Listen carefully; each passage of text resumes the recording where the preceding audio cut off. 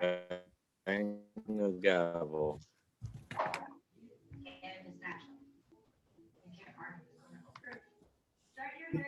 That came through like Mike singing a country song over there. Thank you so much for letting us into your homes during these extraordinary times. It's so cool. All right, Good to go, Gare. all right. I don't remember. Oh, review minutes, was that first on our agenda? Yeah, here, you want me to share the screen? Yeah, Okay.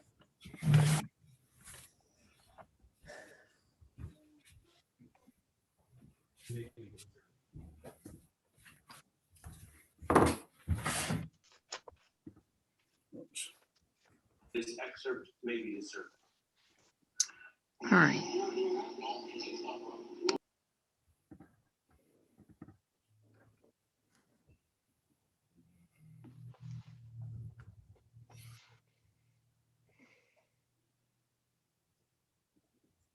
Can you see that? Yes, thank you very much.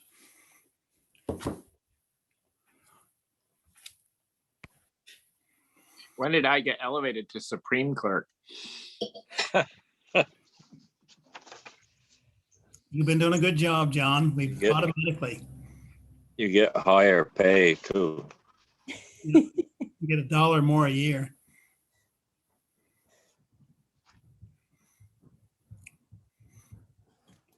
Do you not want to be Supreme Clerk? Just humble clerk's fine with me. Okay. That suits you.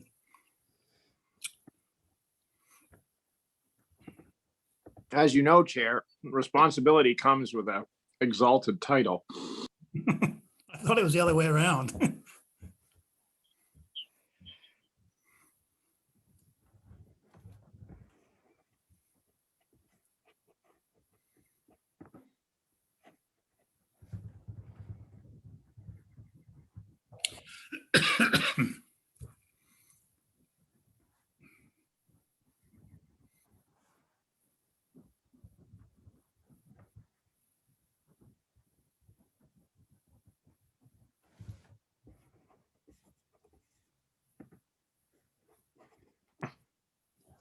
Wendy, I wonder if on the Flint Bridge, we should just put parenthetically that, what would you guys call it? Was it another box truck or a truck that ran into it? Yeah, something ran into it. I don't think anybody knew what. Yeah, I didn't know if I ever heard anything confirmed. Just so if somebody's looking at these minutes 5 years from now, they can figure it out. Yeah, somebody did some damage to it. Oops. After some large cow. After some large, my thing is frozen for some reason. Let's see. There's some large. Anonymous damage.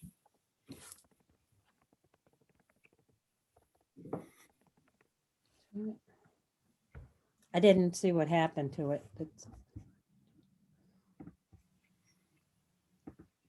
Just ripped some boards off the top, I think.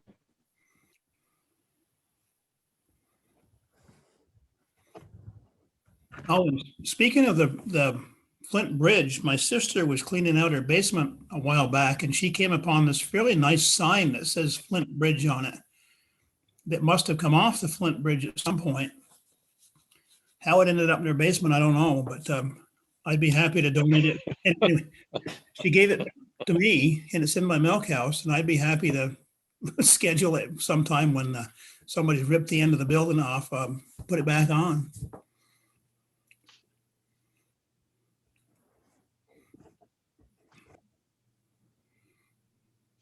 Does it have one on each side?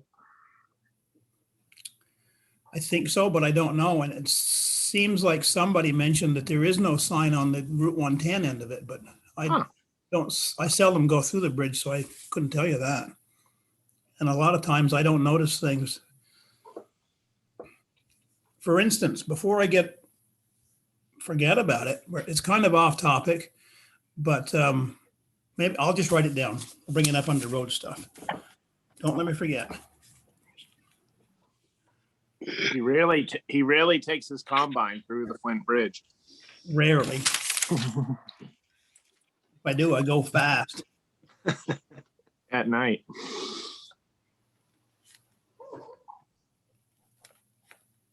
That brings up an issue. We should probably look at all our bridges and see if the signage is Right. appropriate. On You need a other small- business, Wendy, we should probably articulate what, 2 different dog issues and, One steer issue with two yeah, bovine.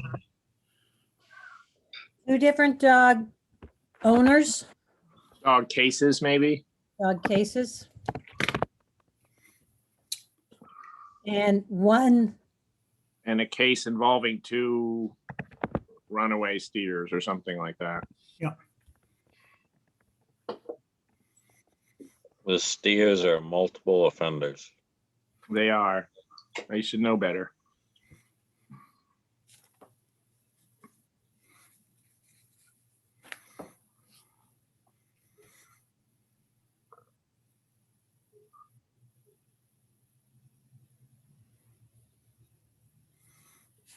So we could say that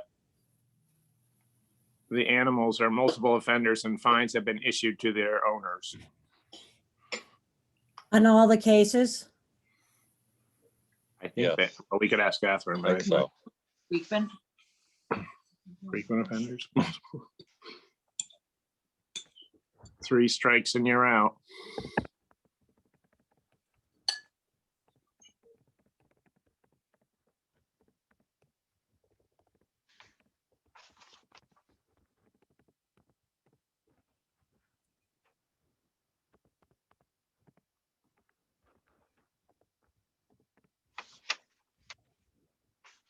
Oh, I did, all are multiple offenders and fine has been issued. That was the next sentence there.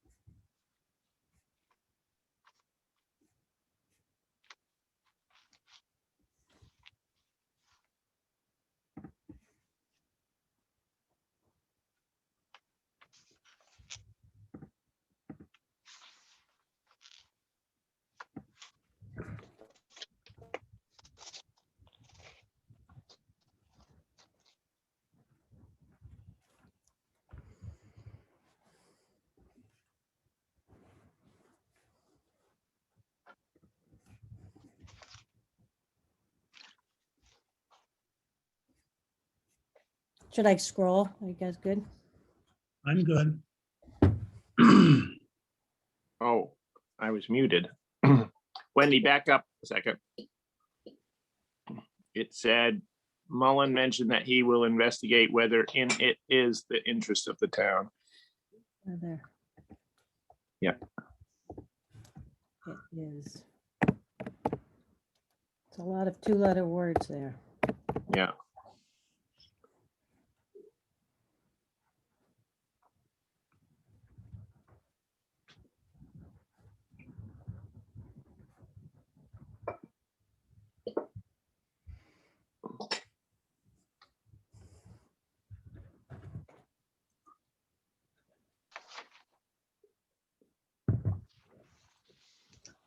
You've got the Conversation Commission, which a lot of people would be involved in. None of that. Con-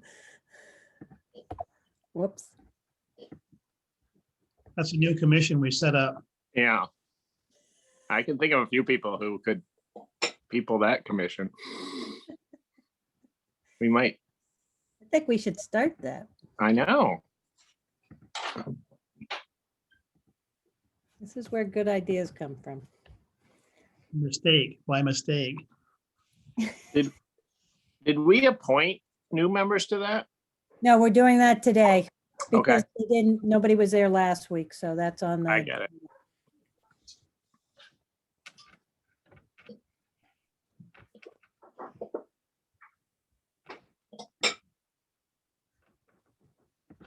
That looks good to me so far. Scroll on.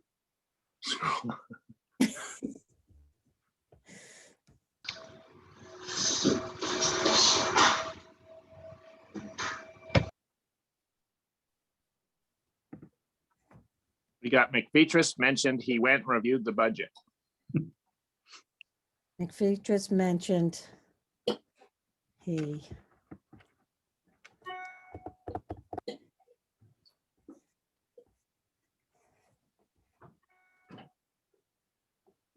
Guess I didn't win. You must have been doing it while you were sitting there.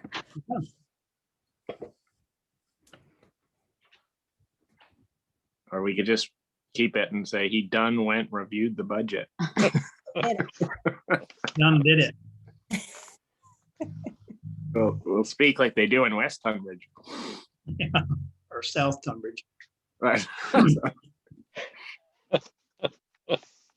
We don't mention South Tunbridge very often.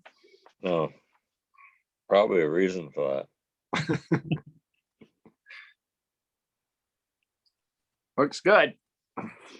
I move we accept the minutes. The draft minutes from what's the date, Wendy?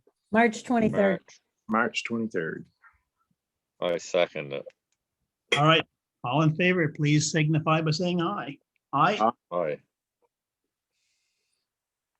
Okay, so the next thing is the road report and and then it says improving spending of the crack fill estimate. So if you can include that in your road report. Well, let's start with that, then we won't forget it. And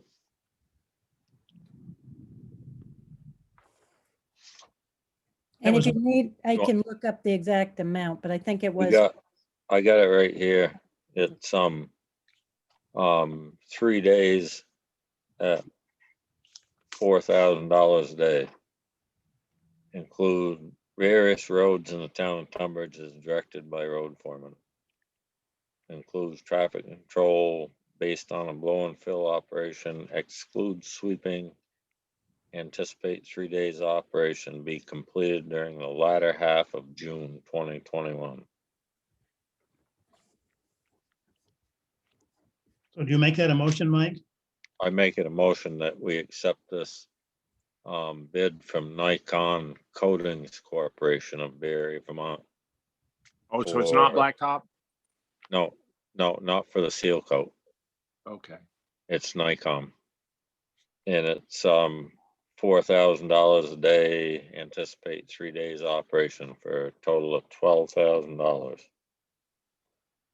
I second that. All right, all those in favor of accepting that motion, please say aye. Aye. Aye. Good job. All right, Mike, did you talk to Rodney about road stuff? I talked to Rodney yesterday. He said everything was going pretty good. There's a lot of little jelly holes in town, but they're keeping up with them pretty good. They've been doing some grading and honing. They got the rock rake on the back of the tractor. Matt was down there, I guess, starting to build that road up to the town forest, Oh, yeah, back of the town garage. And he had him pull down the sand pile while he was there. And he said Pat Ross, I guess it was Falls. I don't know which one it was. Didn't write it down.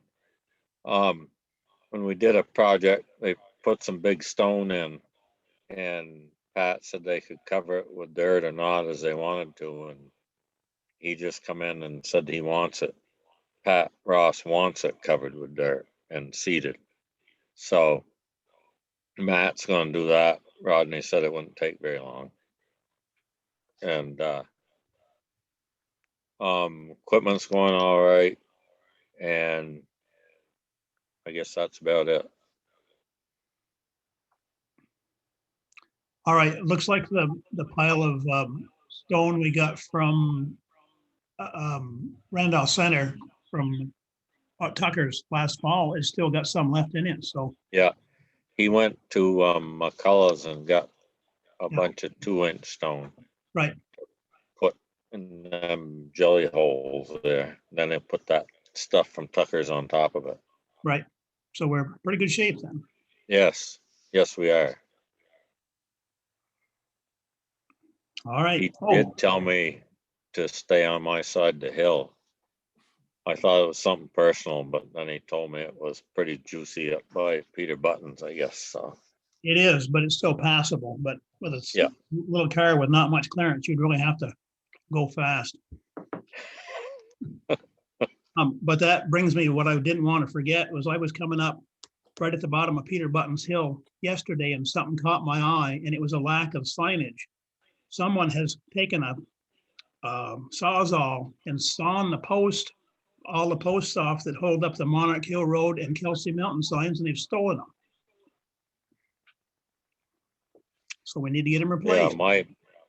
my Kelsey Mountain Road's gone down here on the corner. They didn't cut the posts off, but Yeah, the sign's gone. and I don't know, I go over that way often, but that's the first time I'd noticed it. So I don't know if it's been gone for a month and I haven't noticed it, or whether it was gone Saturday night or something. So anyway, Well, the big trucks are rolling at night now, so. yeah. Well, anyway, I'll contact Rodney and Spring's here. order some signs. Anyway, if that's all you got, that's the road report. That's it. Any, All right. any news on the Dodge replacement, the Chevy, when that might come? No, still waiting for Tenco. Okay. And I think they're trying not to use the Dodge anymore and they have to. Right. All right, if that's it, we'll move on. to- When did McCullough's open up? Oh, quite some time ago, Oh, yeah, quite a while did. ago. back in March. Yeah, Yeah. I was gonna say, must have been the middle of March. right. Because Tucker's is open. Yeah. Okay. Yeah, Rodney was gonna talk to Tucker's because he said they're getting a lot of fines in the stone. And he don't like fines in the stone. So he's gonna talk to him. All right, anything else to do with roads? No, my road's beautiful over here in West Tunbridge.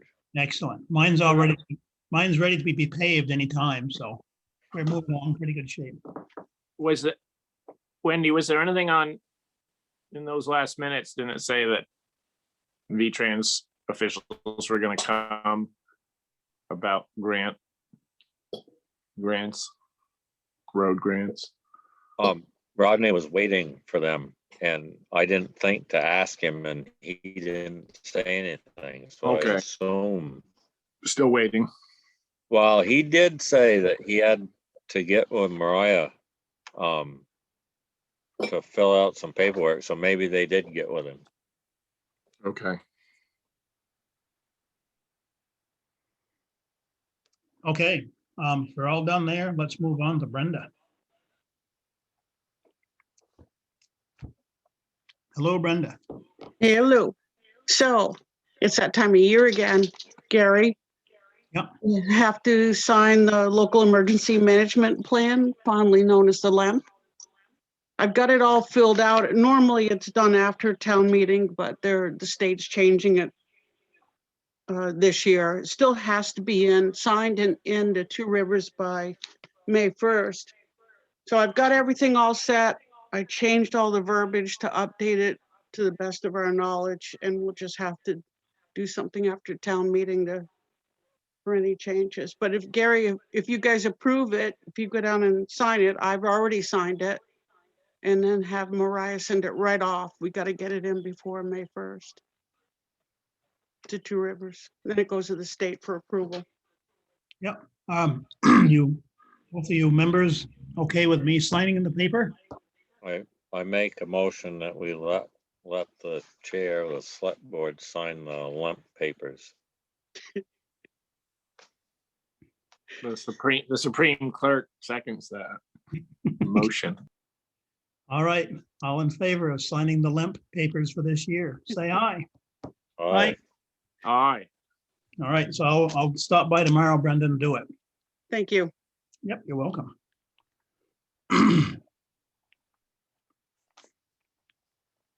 Is that all you've got for us, Brenda? I guess for now, Okay, all right. Wait, we Brenda, moved her. what's LEMP again? the local emergency management plan that the Okay. state requires, it's part of a process of a few things that if we have completed, we get a certain percentage back. Yep. FEMA requirement. Great. Any other questions I can't answer, John? I guess not. It's a good meeting when we can move Brenda along. Yeah. All right. How about let's go to Laura Ginsburg and we'll be a couple minutes early. Can you imagine that? Good evening, everyone. Welcome, Laura. Thanks for having me tonight. So I'm here to talk about the Planning Commission's legal trails efforts to date, to give a recap, and then discuss the request that we're sending you to form a Trails Committee, which I think Wendy should have sent you prior to the meeting for your review. Yep. So I just wanted to cover where we've been since you asked us to generate a policy recommendation back in January. The Planning Commission has hosted 4 hour-and-a-half-long Zoom calls, 2 in February and 2 in March, in addition to 2 regular Planning Commission meetings. At all of those Zoom calls, the series of 4, we had an average of 24 people, in addition to the Planning Commission on each call. Topics that we covered included, the first meeting was a general review to highlight the areas that we knew we were going to need to cover, highlight areas that we didn't know. The second meeting was focused on landowners, the third meeting on trail users, and the fourth meeting on trails experts. We had a number of guest speakers, including Zach Freeman from the organization formerly known as RASTA, Tim Tierney from the Agency of Commerce and Community Development, and a past trails manager of many trails across the United States and in Vermont, and Carl Demrow, who has quite a bit of experience both as a trails planner and manager. We've gathered significant documentation that we've gathered and that's been submitted on behalf of Tunbridge and surrounding community residents. If you visit the Planning Commission website, you'll see there's both resources. So we've got maps and articles and letters and a resource guide that I put together, providing links for, it's almost like an annotated bibliography of sources. So if you've got a question about ancient roads, you can find the link to the state language in there. If you're interested in the state statute language, you can find the link in there. And then we've got presentations from different individuals. And then in addition to that, 15 letters submitted on behalf of individuals and groups from the town. So really, really great public participation in this process. The Planning Commission also walked 3 of the trails, all of them except for legal trail number 4, Falls Hill, on Saturday 4/10, so just this past Saturday. We spoke with landowners to understand their concerns, spent quite a bit of time with some of them. We saw areas where trail users are or may be leaving the trail for either ease of use or access, or because the trails are unmarked. And so it's unclear where the trail may or may not actually go. And we consider the environmental issues of the 3 trails that we walked. I will say it is a dry spring, as all of you know. Some of the trails were wet. Some of them are likely more wet in other years when it's not so dry. And some of the trails had big issues and some had fewer issues. So it's a whole diversity of considerations that each of the trails has. And I want to just bring forward a few of the highlights that the conversations and our efforts have brought to the surface. So there's been a lack of coordinated communication and expectation regarding trail use. There's confusion about if we do or do not have a policy that explains appropriate and allowable trail use by different kinds of modes of transportation, such as walking, horseback riding, motorized use, bicycles, and other forms of transportation. There's currently very little verifiable information about how much use the trails are individually and collectively getting. There are many opinions about what may or may not be contributing to trail degradation. And there is, on the crossroad in particular, there is significant evidence that the trails used to have culverts in them. And according to Euclid, those culverts were pulled out during the Second World War. And so they may have been maintained in other ways in the recent to more distant past. So lots of great perspective about what may or may not be causing the trail degradation. There's a number of valid concerns coming from landowners and trail users. There's significant safety and corridor connection issues for trail users with 2 of the trails in particular, those being Orchard Road and the Crossroad. Nobody could have predicted the increased interest in cycling in Vermont or the region or the pandemic that encouraged more people to get outside. I think if anybody could have predicted the amount of interest in cycling, we all should have played the lottery. And that Tunbridge needs to respond in a way that is collaborative and forward-looking. You got it. We did hear that there's limited financial benefit to the town of Tunbridge to allow cycling on the legal trails. I would say that that may be the case right now because we don't currently have a village store where cyclists can shop at. But I would say that that's one of the issues where I would say that we need to respond in a way that's more forward-looking. So there's a number of different things that did come to the surface as we were talking about it. So that issue in particular, we had other people say, well, you know, I'm an Airbnb owner, and so I benefit from people who are coming here to cycle.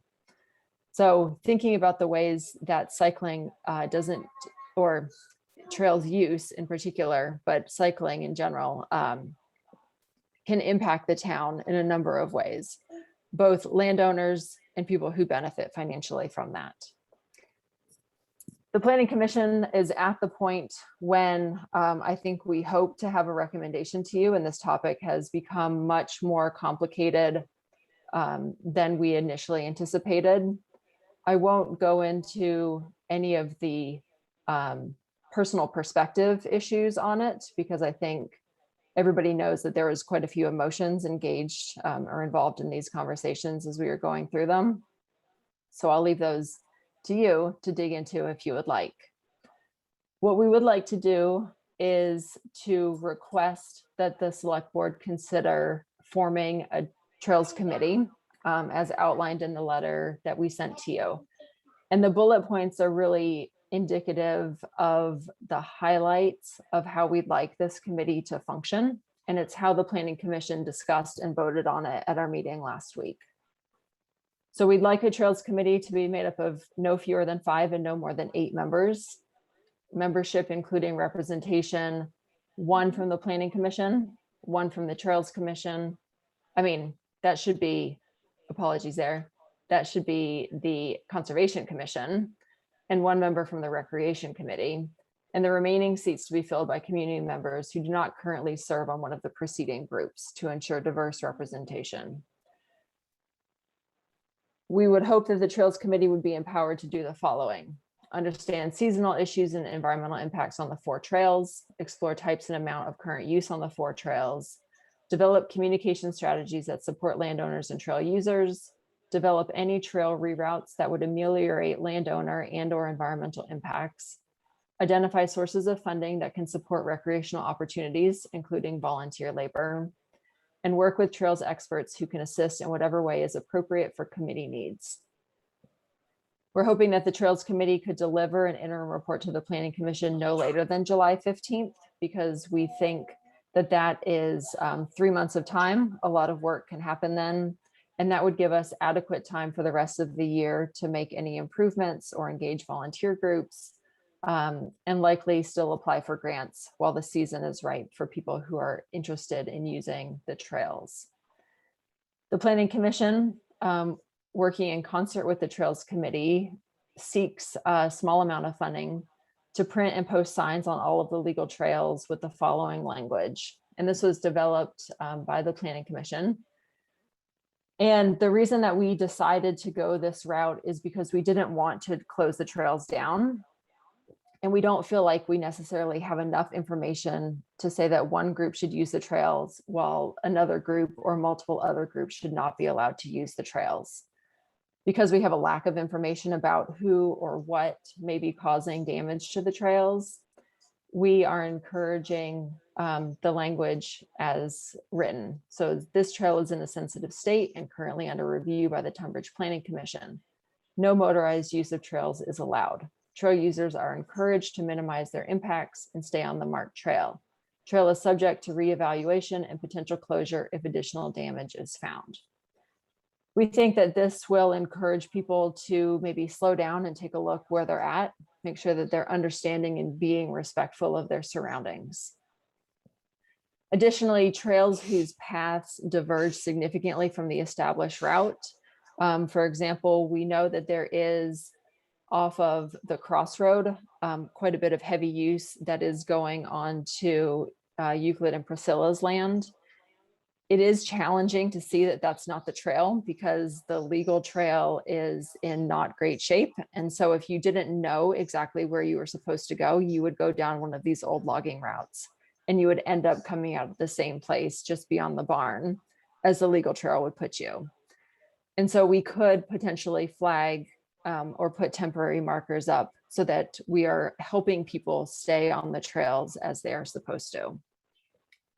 And we remain committed to developing a policy recommendation to bring to you, and know that the Trails Committee will assist us in developing the best possible policy recommendation that will be responsive to and collaborative with both the landowners and the multiple trail users.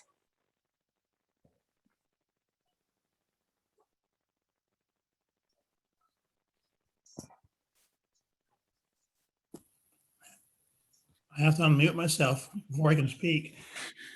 Well, thank you, Laura. I make a motion, we set up a Trails Committee.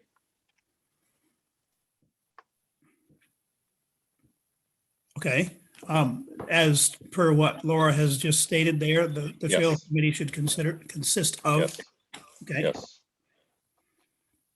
Did you have people in mind, Laura, or did the Planning Commission have people in mind? We did discuss, but we wanted to give you the opportunity to nominate and select people at your will, but we are happy to identify interested parties. do you have as many parties as we need for this committee? Oh, I mean, in your head right now? So I'm terrible with names, so they're not in my head at the moment, but we do have a list of about 5 or 6 people that have been approached or indicated that they might be interested, but nobody's confirmed anything yet. So I guess I'm just trying to figure this out. If do we just make a motion, or do we form this committee tonight and then actually staff it at a later meeting, or do we need to staff it tonight? I would think we'd form the committee and then have Laura come back with a list of names or something next meeting Yep, okay. and And then we can actually staff it. Okay, well, that's good for me.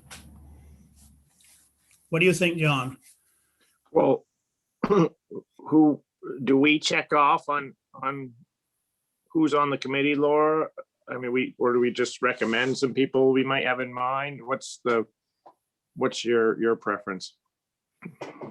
I think if you have folks in mind, we should likely compare lists prior to next meeting. I'm happy to solicit input via the normal ways that we've been announcing these meetings, Front Porch Forum, the Tunbridge listserv, so that people can nominate themselves or others. And I can do some outreach along with the rest of the planning commission to make sure that folks who are nominated are interested, and then we can provide a slate to you at the next meeting in a couple weeks. I assume that this committee would be an ongoing committee, not just for this short 3-month length of time, just because I would think that we need to keep a committee going to deal with ongoing issues with any trails around. Is that correct or not? I think my sense is that we're going to need a group of people focused on the trails, whether once we get over this burden of work that's going to take more time and effort and get things kind of set, a policy developed, and then a strategy for maintenance or continued outreach. It may be reasonable to expect that the Planning Commission, in concert with the Recreation Commission and the Conservation Commission, may be able to just manage it as a smaller group. But it would be good for this Trails Committee to be likely activated for at least the next year, because I could see applying for grants, maybe getting volunteer crews out. Somebody's going to need to coordinate that. And so having somebody that the Planning Commission can call on as the group of people that's going to work with trails would be extraordinarily helpful as we navigate this. Yeah, good. Laura, will the way it work be that the Trails Committee would do all this research and then come to the Planning Commission with a report, and that report would get turned into potentially a policy recommendation from the Planning Commission to the Select Board? That's correct. The Planning Commission is going to continue to look at Class 4 roads. So the way the state handles legal trails is in concert with Class 4 roads, because we know that those are managed and handled in a different way than legal trails and have a different set of considerations. It makes sense to separate the work, but come back to you with one policy recommendation. And so we would anticipate that the Trails Committee would ultimately report to the Select Board, but would work very closely with the Planning Commission in developing that policy recommendation. So that if they had a need for funding outside of the Planning Commission, for example, or a need to speak for the town, they wouldn't have to be going through 2 layers. For example, they could talk to you directly. Okay. And Laura, what was, in some of the correspondence, there's been mention of an interim policy that the Planning Commission recommended. Is that embedded in this Trails Committee, or is it somewhere else? So we discussed at the last meeting last week if we should develop an interim policy that would limit use of the trails to just pedestrian foot traffic. That did not pass out of the Planning Commission, and that's why we developed the language and the idea to post signs as kind of a step in the right direction, to make sure that people who are using the trails understand that they are currently under review. And so we have not developed an interim policy at this point. Got it. Aside from, I would say, the no motorized use of trails on the sign could be understood by some or all to be a statement of policy. Yep. And is there ambiguity then on if we kept with the status quo legally right now, who would be allowed to use the trails? Because the Select Board has not adopted a formal policy, our understanding is that the legal trails are open to recreational use. So including wheeled vehicles. I would say that my personal opinion is yes. Other people believe that that is not true. I think that depends on your view and understanding of what recreational use encompasses. Other towns do allow recreational use with wheeled vehicles on their legal trails, and some towns do not. I will say that any kind of restriction of use by one particular group outside of motorized vehicles would put Tunbridge alone in the state.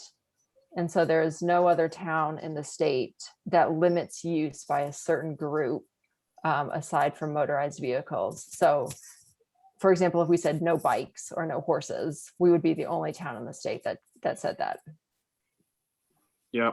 just as a point of reference. And what sort of weight does the town plan have on all this? Was there any guidance there? The town plan is a recommendation document. It has no standing for policy. So the idea of and how town plans are used is as a guidance document, particularly if there's Act 248 or Act 250 considerations for development in town. Those are energy and then construction on lots of over a certain size. And so that gives the town some standing if there is an Act 248 or Act 250 project happening.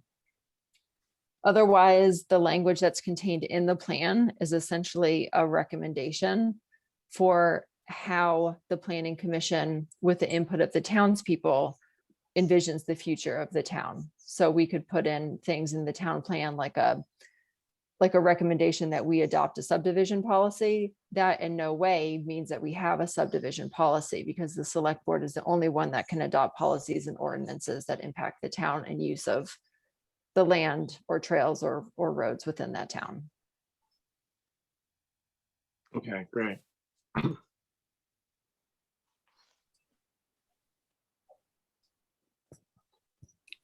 All right, well, And now- as far as the planning commission goes, oh, sorry, Gary, I was just, so the planning commission itself will also then sort of push pause on this issue while the Trails Committee is doing their research. We're going to focus on the class 4 roads, knowing that they have their own considerations. So we'll be working in tandem. I think there's some things that we, like with the roads crew, we don't want everybody contacting the road foreman to understand the impacts on class 4 roads. So we're going to hold that issue while the Trails Committee is really focused on the legal trails at this point in time. There may be an opportunity in the future, if the Trails Committee stays, to think about how the trails and the class 4 roads interact together, which is actually the place that we would like to get, is so that we develop a policy that recognizes the benefits, limitations, and accessibility of both. Were legal trails all class 4 roads at one point? That's a good question. The Falls Hill Trail, legal trail number 4, was a very, very, very old road. It's very historic in nature, dating back to Royalton Raid times. I'm not sure if that one was ever a class 4 or higher road. The other ones, I believe, were at some point throughways or byways for people to traverse, particularly the Crossroad and the Orchard Road. Yeah. Okay, well, I second Mike's motion.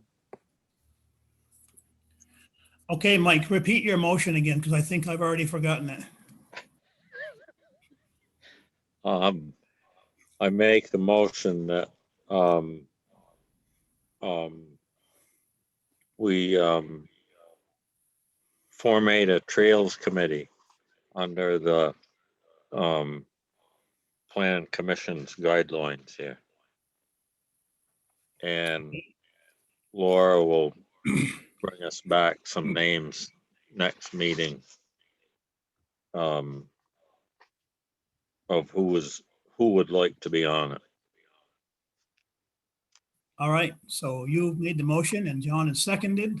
Any more discussion? All right, all in favor of forming a trails committee, please signify by saying aye. All right. Aye. Thank you. John mentioned, I think it was John anyway, that mentioned about the restrictions or the temporary, I forget the wording now that you said, Laura, of the legal trails until we actually make a decision. And that was for just pedestrians, was it? Or was it for, I don't remember that. We discussed last week if the trails should be limited to just pedestrian use at this point in time. The planning commission did not pass that motion, but you are certainly able to make that call. We decided that instead of limiting the use of trails at this point, that signage would be a good first step, instead of saying one group of people could use the trails while another group could not. I've had quite a few emails that I've read over the last week and more, and a number of people come to me in person and a number of phone calls, and they range from one end of the spectrum to the other, saying completely shut the trails off until we make up our minds and open them up to, or not open them up, because right now, as I understand it, as you just said, anyone can traverse the trails however they want. I mean, legally, I could take my tractor and drive over any of them because I have a right to do that. But it seems to me maybe we ought to try to tone it down a little bit and maybe make everybody a little bit unhappy and just maybe allow just walkers. But that's my opinion. And I see a lot of names here that I've seen before. Maybe other people want to speak briefly, if it's okay with John and Mike.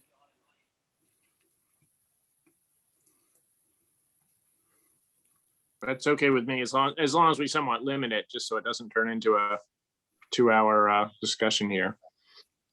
Well, we've got the next item of business is at 6:55. So, but I'm willing to stretch it a little bit, but I don't want to spend 2 more hours at this either. So, has anybody got their hand up? Oh, I see Todd's got his hand up.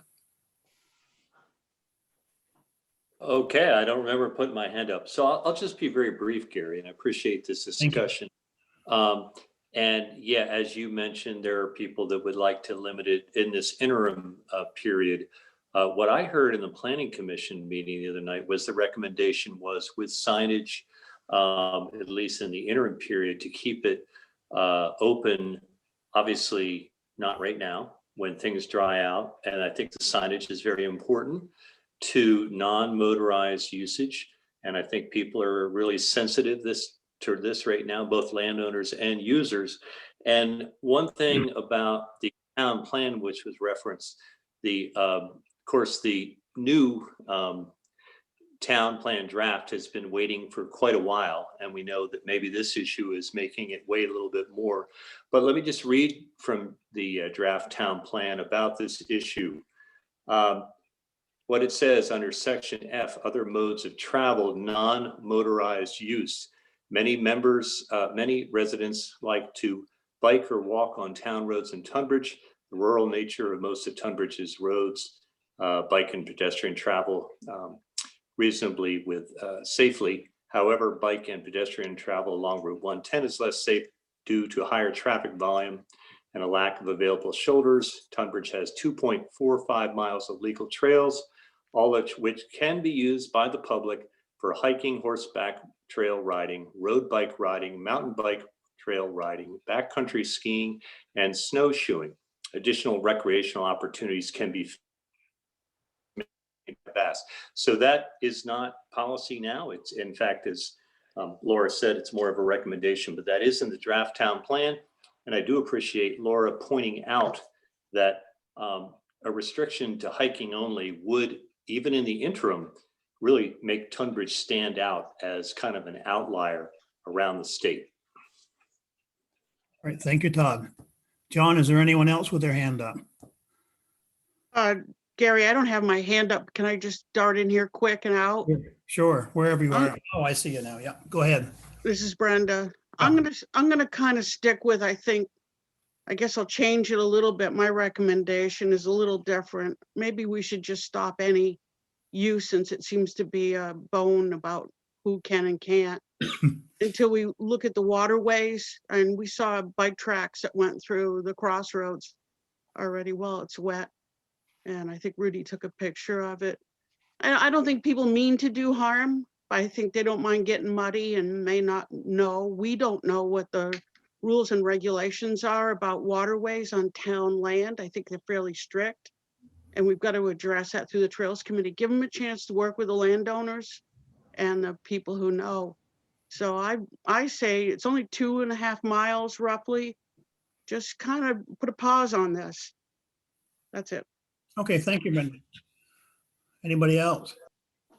Oh, This is John Echeverria. May I speak? yeah, briefly. If I knew how to use the hand, I'd use the hand, but I somehow am not very competent on that.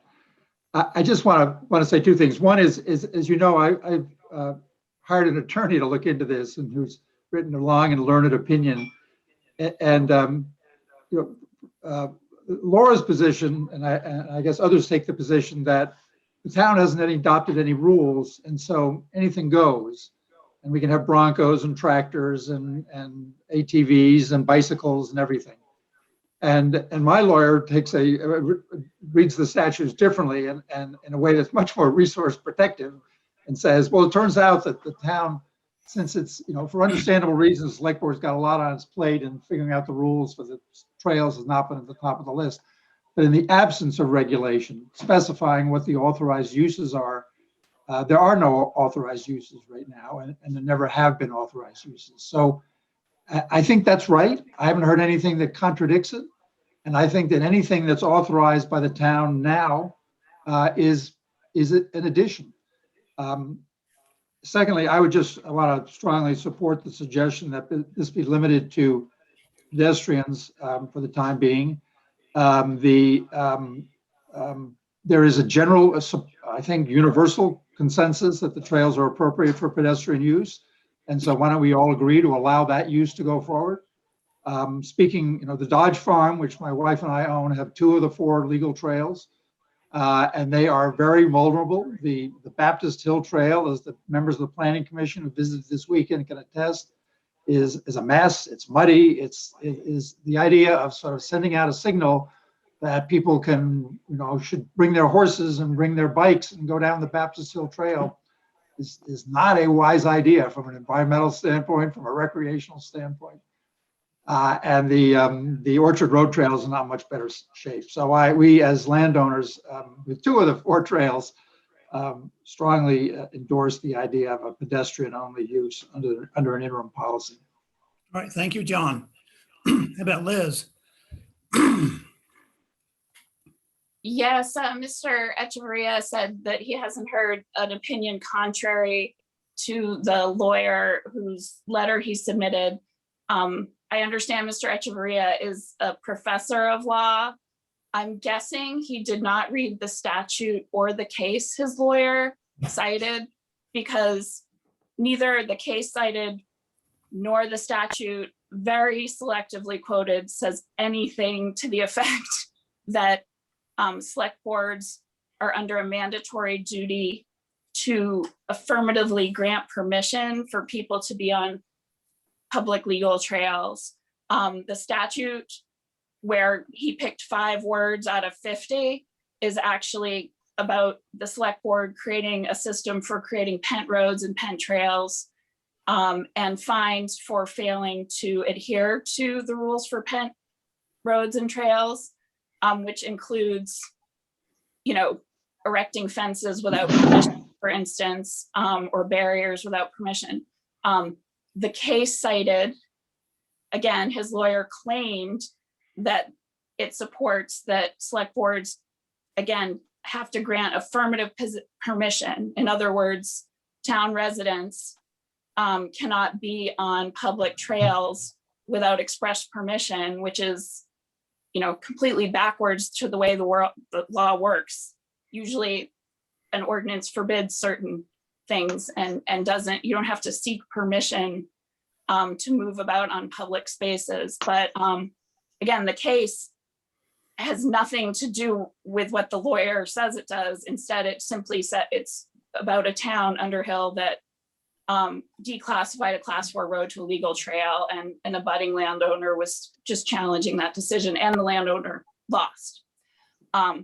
So again, I'm surprised that Mr. Echeverria didn't bother to read those, because I don't think he would have submitted that letter, that bad faith, baseless, specious argument. I'm kind of surprised any lawyer put their name to it. So if you're looking for a contrary opinion, there's one. All right, thank you, Liz. Michael? Here, Liz. It's very good. I would like to encourage the select board to, perhaps close in this time if there's mud issues, and everyone is, I think, is in agreement that, closing them down in case of in cases where there's really going to be damage because of the bad conditions.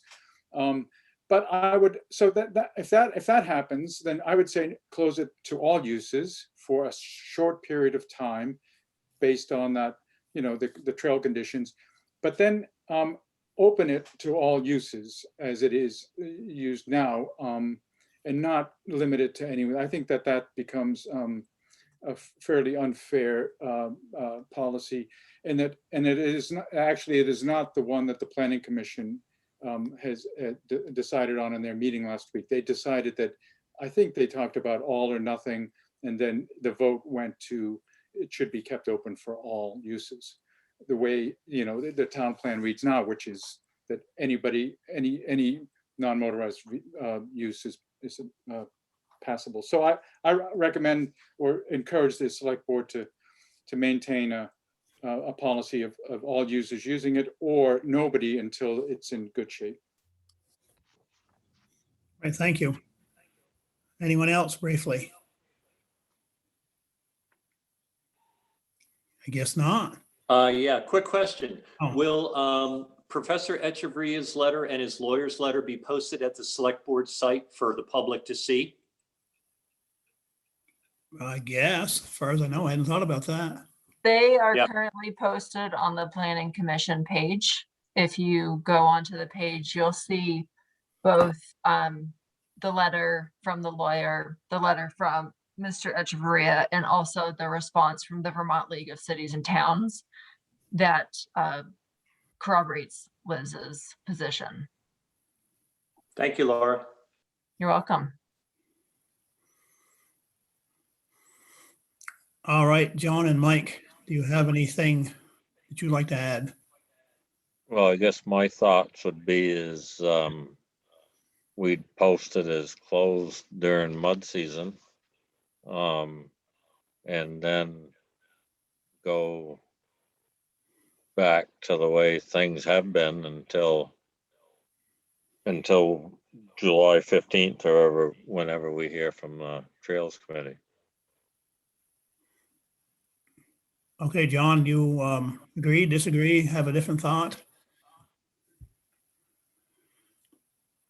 No, that sounds pretty good to me. I mean, I don't know what power as select board we have right now, but what are the approximate distances of, it must have come up, maybe Laura, of each of the legal trails. I think it's been mentioned, it's 2.4 in all. Let's say Orchard Trail is how long? 7/10, I think, or something like, or 0.75 maybe, or something. And Baptist Hill, I think, is similar. And I know Crossroads? Crossroad is like 7/10. Maybe that's adding up to too many tenths now, I don't know. And You're up. You're up to 2.1. Right, and, well, here we go. Then Falls Hill, I know is 3/10 of a mile, so. Okay. Yeah, I've looked at those figures and those are accurate, Gary. Those three trails are all about 3/4 of a mile each. I mean, just to throw something out, I thought a possible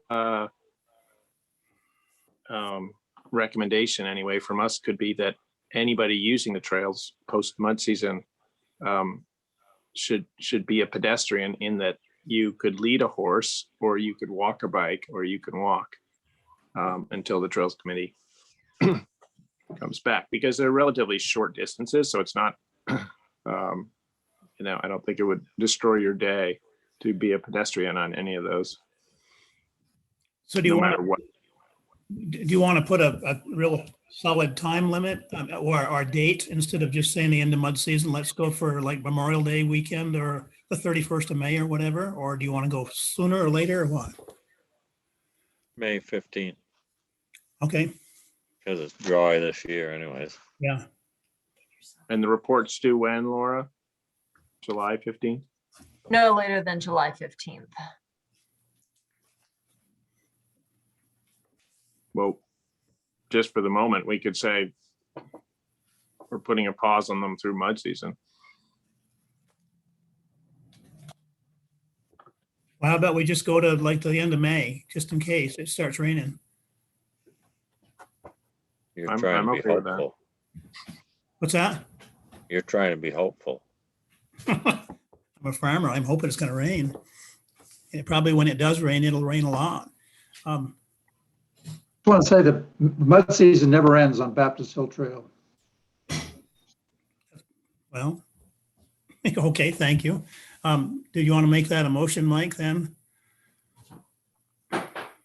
Rephrase it, Mike. Yeah. Or, Well, I make a motion, we close the trails until May 30th to everybody. And after that, pedestrians and horses and bikes, if they're being walked. That's the way you want it, John? That's okay with me until we hear from the. Until July 15th. all right, you seconded that, John? Yep. All right, all in favor, say aye. All right.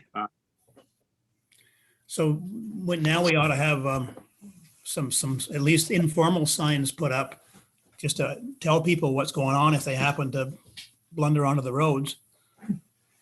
Can I borrow your Flint Bridge sign and paint on the back of it? On the back, yeah. Just don't break it in half and make two signs. Well, Well, somewhere out there too, there's a Kelsey Mountain signs. yeah, we'll find it. Anyway, we can get on that, and maybe the road crew could do something like that if they're not busy. Because we need 1, 2, 3, 4.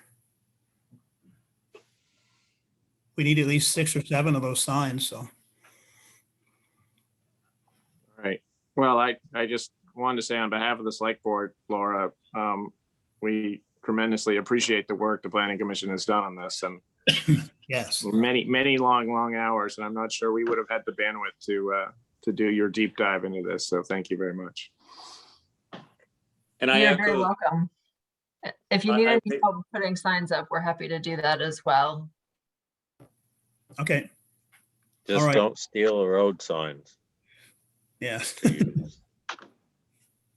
I'll see if I can look up some plywood and some paint, and we could make up some pretty signs. They're all going to end up in Deb's basement anyway.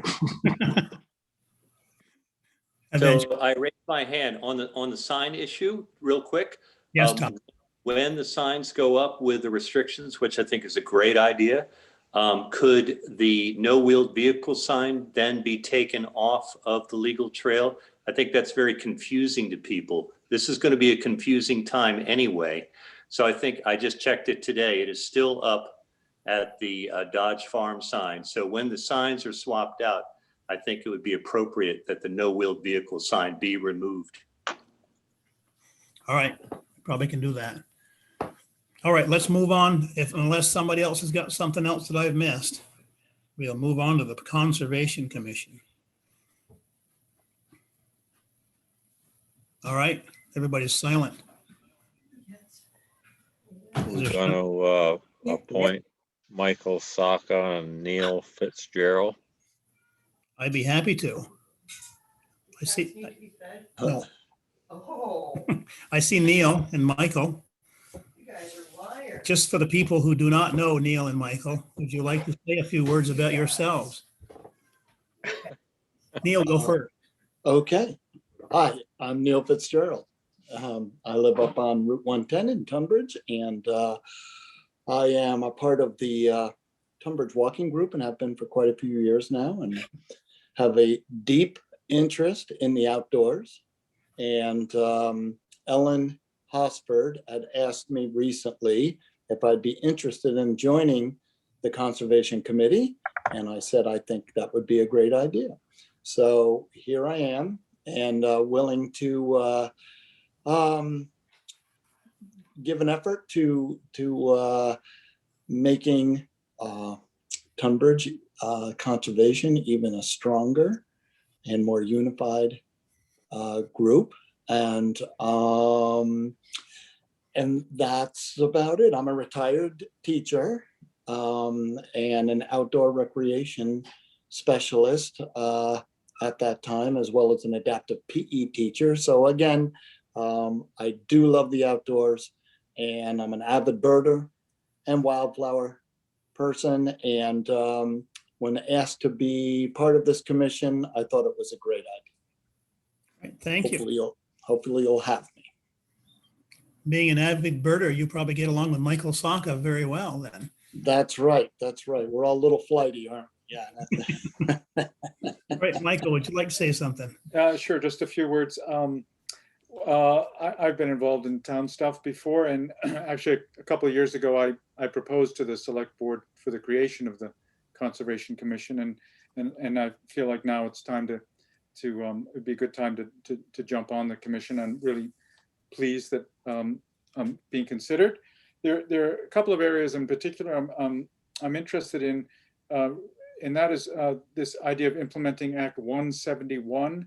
That's a land use planning to address forest fragmentation, and that's now part of required part of the town plan as of this cycle, I'm pretty sure, and I think that looking into that further will be a good interface between the Conservation Commission and the Planning Commission and the Select Board,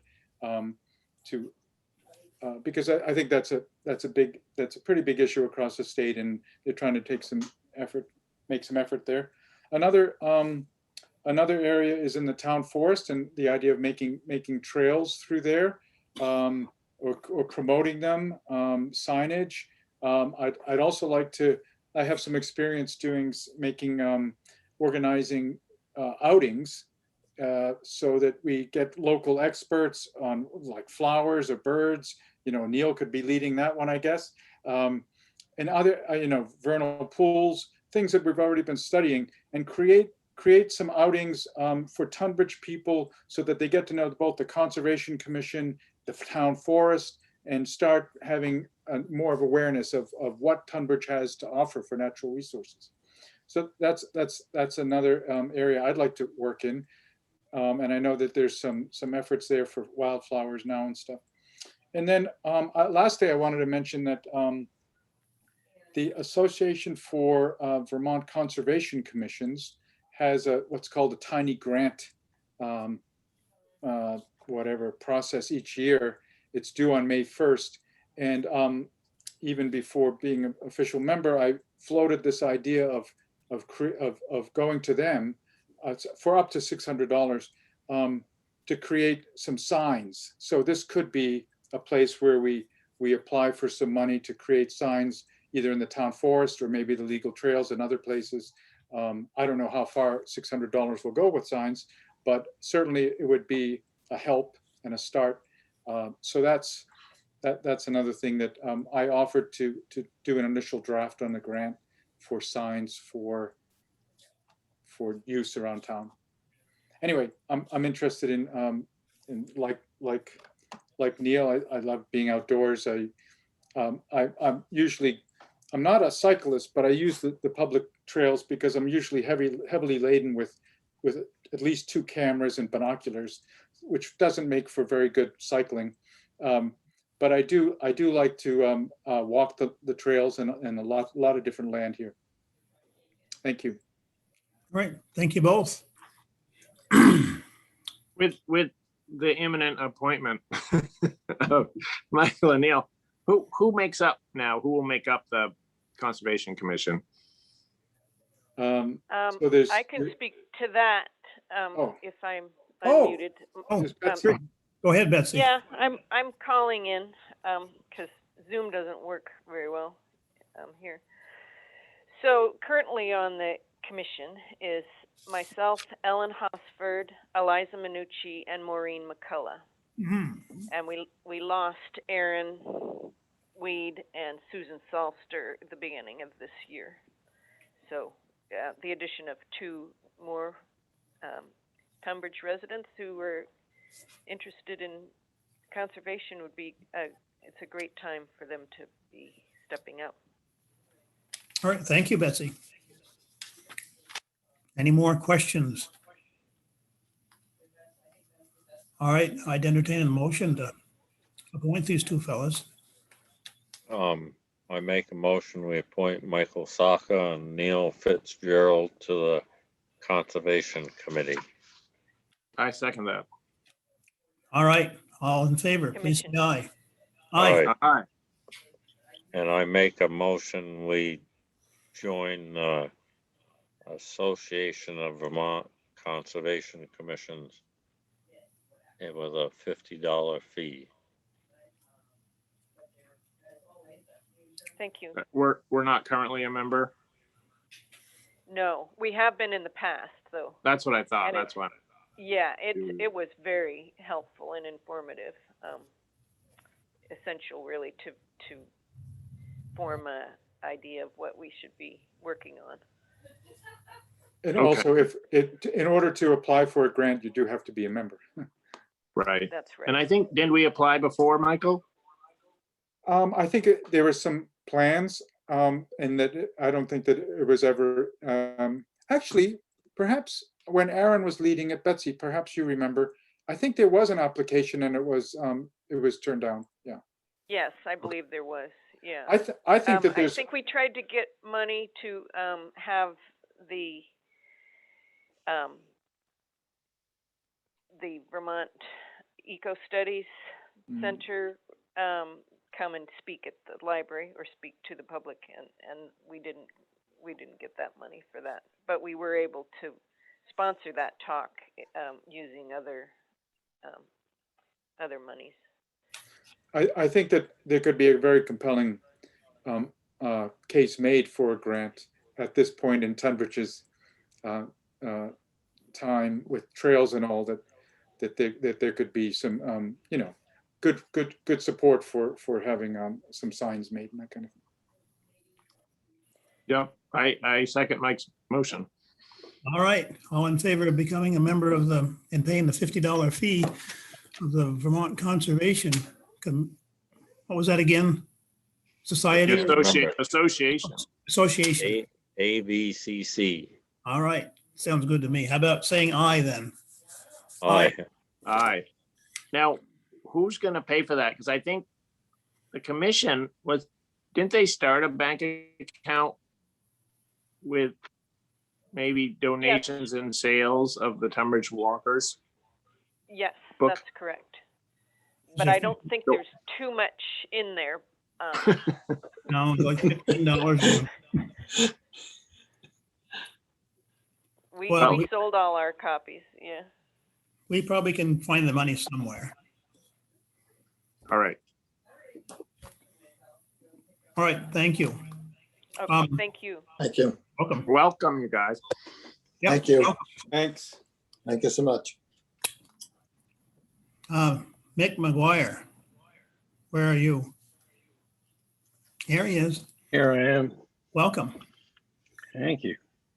I am afraid and embarrassed to admit I don't have much to report after 3 weeks of not doing much on the site. But where we are is we still need to connect the town's bank account to the site, so and then actually try a real transaction through. But that, I believe, is all we should need to do before we can hook it up to the main site and make it available to everybody.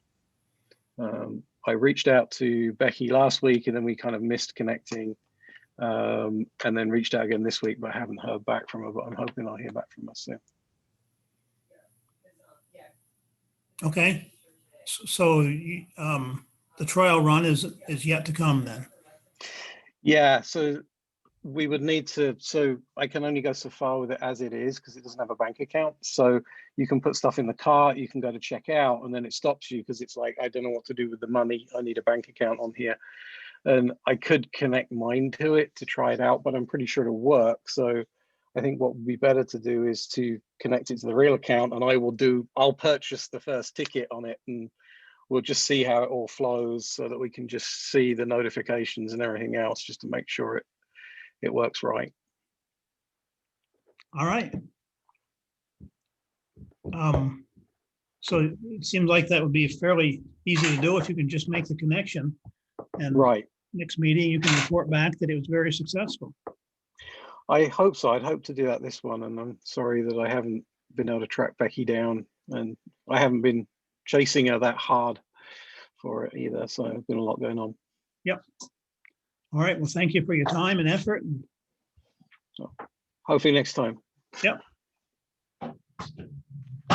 Thanks, Mick. Thanks, Mick. All right. Well, that was brief. Thankfully, I mean, very good. That didn't sound right. I don't know what's up next. I'm trying to look. Catherine Adams. Oh, yes, you're right. Welcome, Catherine.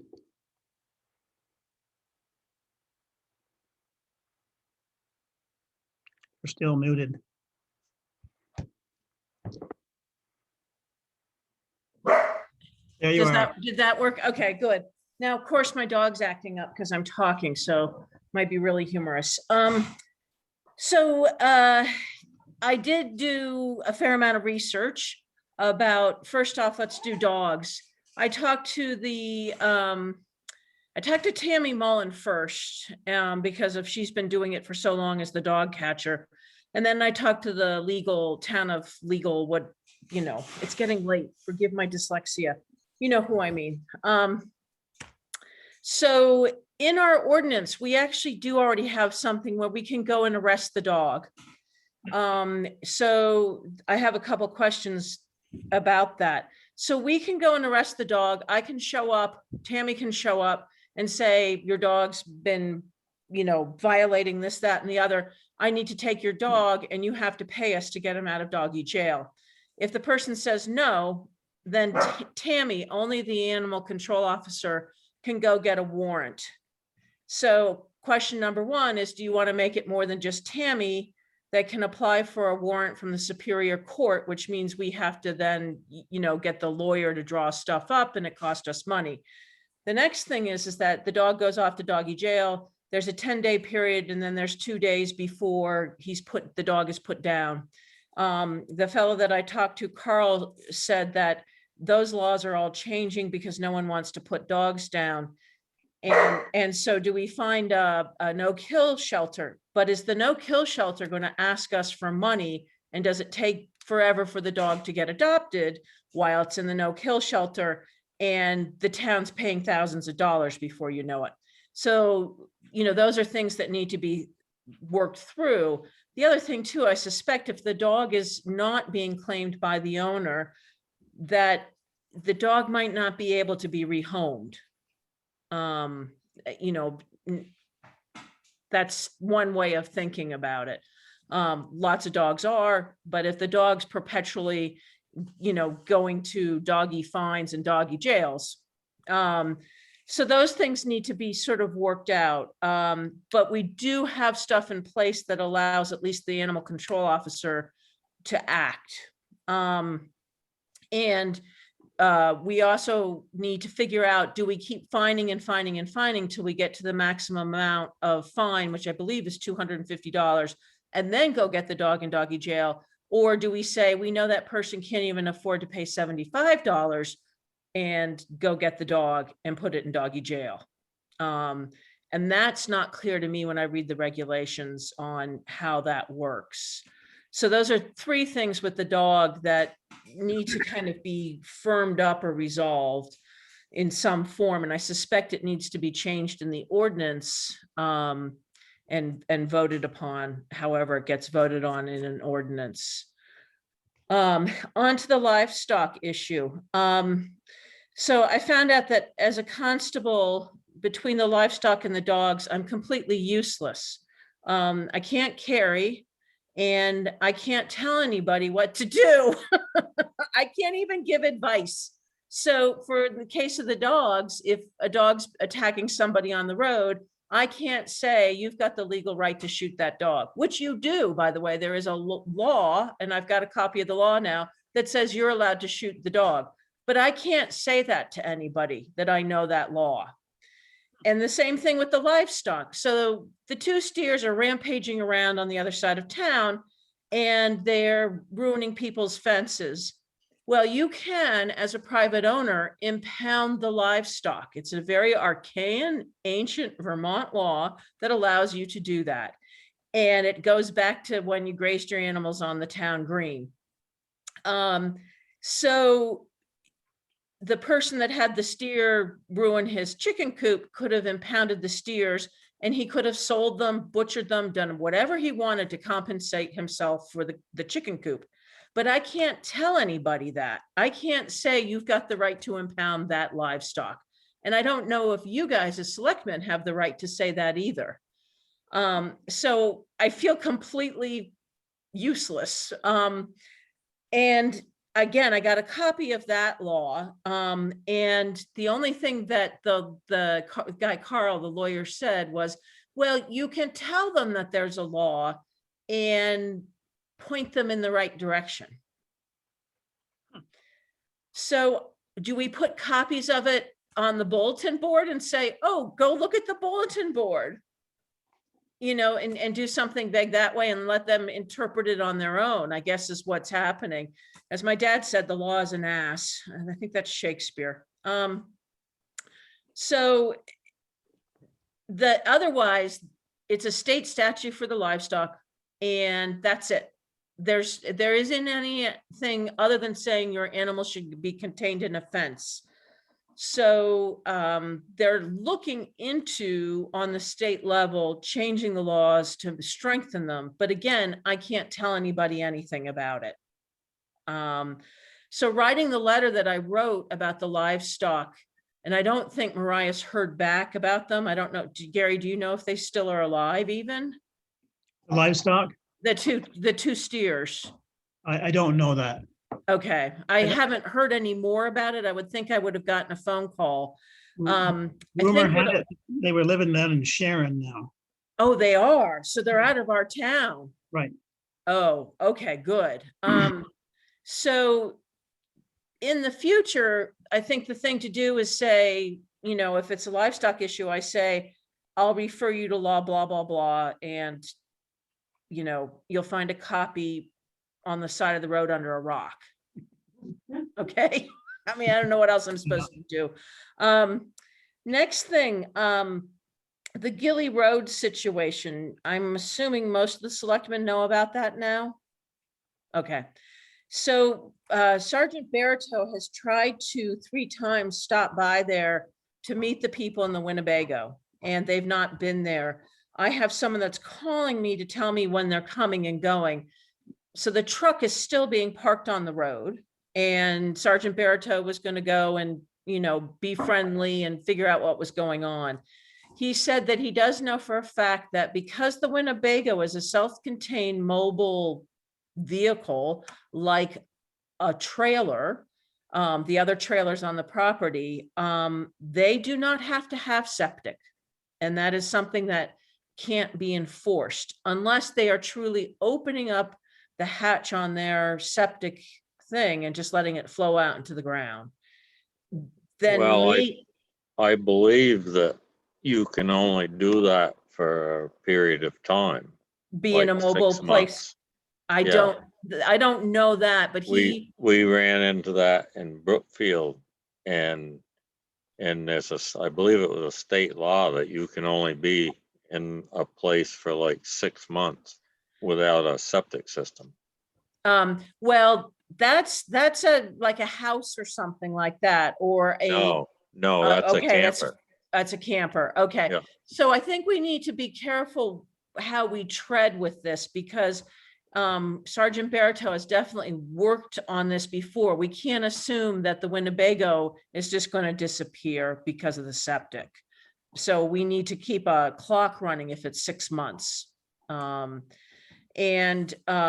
He wasn't going to say anything about the dog because he said, I didn't have firm, and this is true, I really don't have firm enough evidence about this dog to say that the dog really did attack the person or the person's dog on the road. Did the person's dog go onto the property? That dog, the pit bull, defend its property and then chase the dog back out into the road? I don't know that. And you know, so the whole thing there's, the whole situation's not great. And Sergeant Barito's going to call me back and let me know what's going on. No one knows who they are. They don't have any names. They know the property owner's name, but they don't know the name of the people in the Winnebago. So that's the most recent on that. And then one of the dog letters that you sent out with a $75 fine, the man received the letter, and then this weekend the dogs ran down the road within a space of 2 hours 3 times. I try to, something that I can do legally is I can try and entice the dog because they're running free. I can try and entice the dog into my car or my garage and then haul it off to doggy jail. And I tried to do that, but I didn't have any luck. So, you know, it's like being back to square one with that particular case.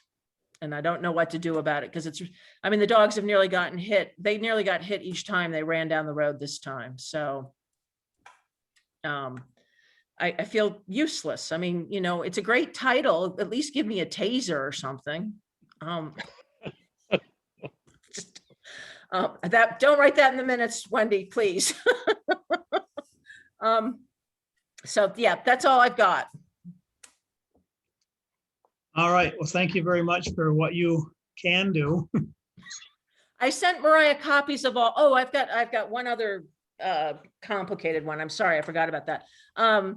So Mariah has a copy of all the laws. And so maybe the thing to do is have her print out some copies of them so that, you know, we can say, oh, read this, you know, so that if the steer thing or the pony thing that I had going on for a while, if it does come up, you know, you do have the right to impound it and haul it away. I just didn't tell you. The other issue is up Ward Road. Apparently they've been burning trash. There's a great deal of trash at this particular house. And it sounds like the people that are renting it now are actually trying to clean it up some, but as a result, they're burning horrible trash. And there's like lots and lots and lots of trash at this place. So Mariah has checked into, and it appears that there is a program to help deal with the situation, state program to deal with something like that. The question becomes, and I don't know if anybody knows the owner of this house on Ward Road, will the problem just keep reoccurring?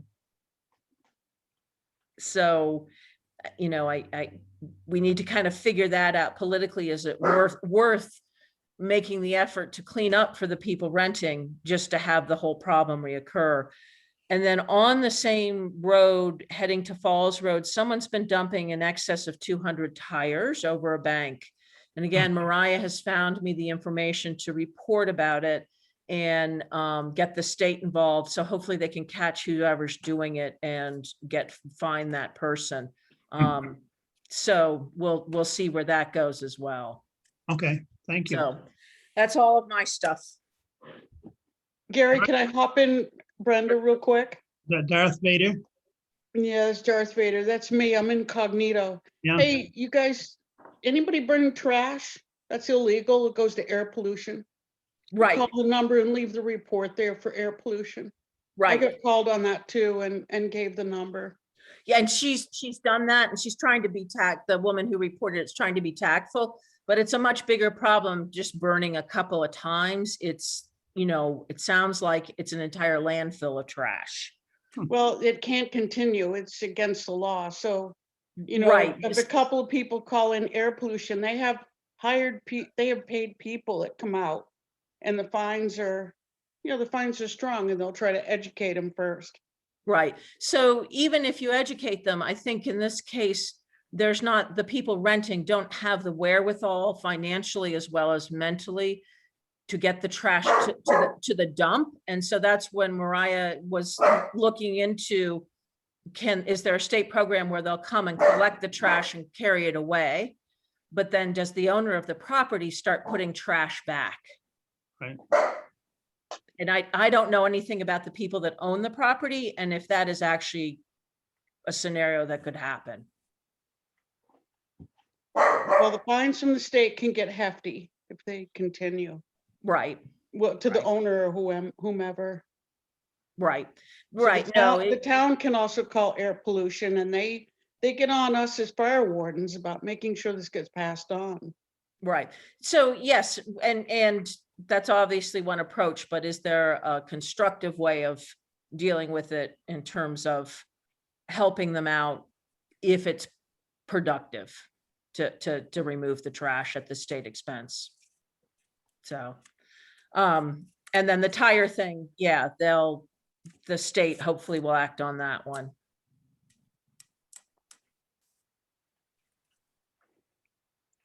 Well, the tire thing disturbed me because there was fewer tires back in the fall, and if there's 200 now, somebody's adding quite a lot to that pile. It sounds like they've made at least 3 dumps of about 40 tires with each dump. And it sounds like it's a professional repair shop or, tire changing thing, because the tires are slashed off.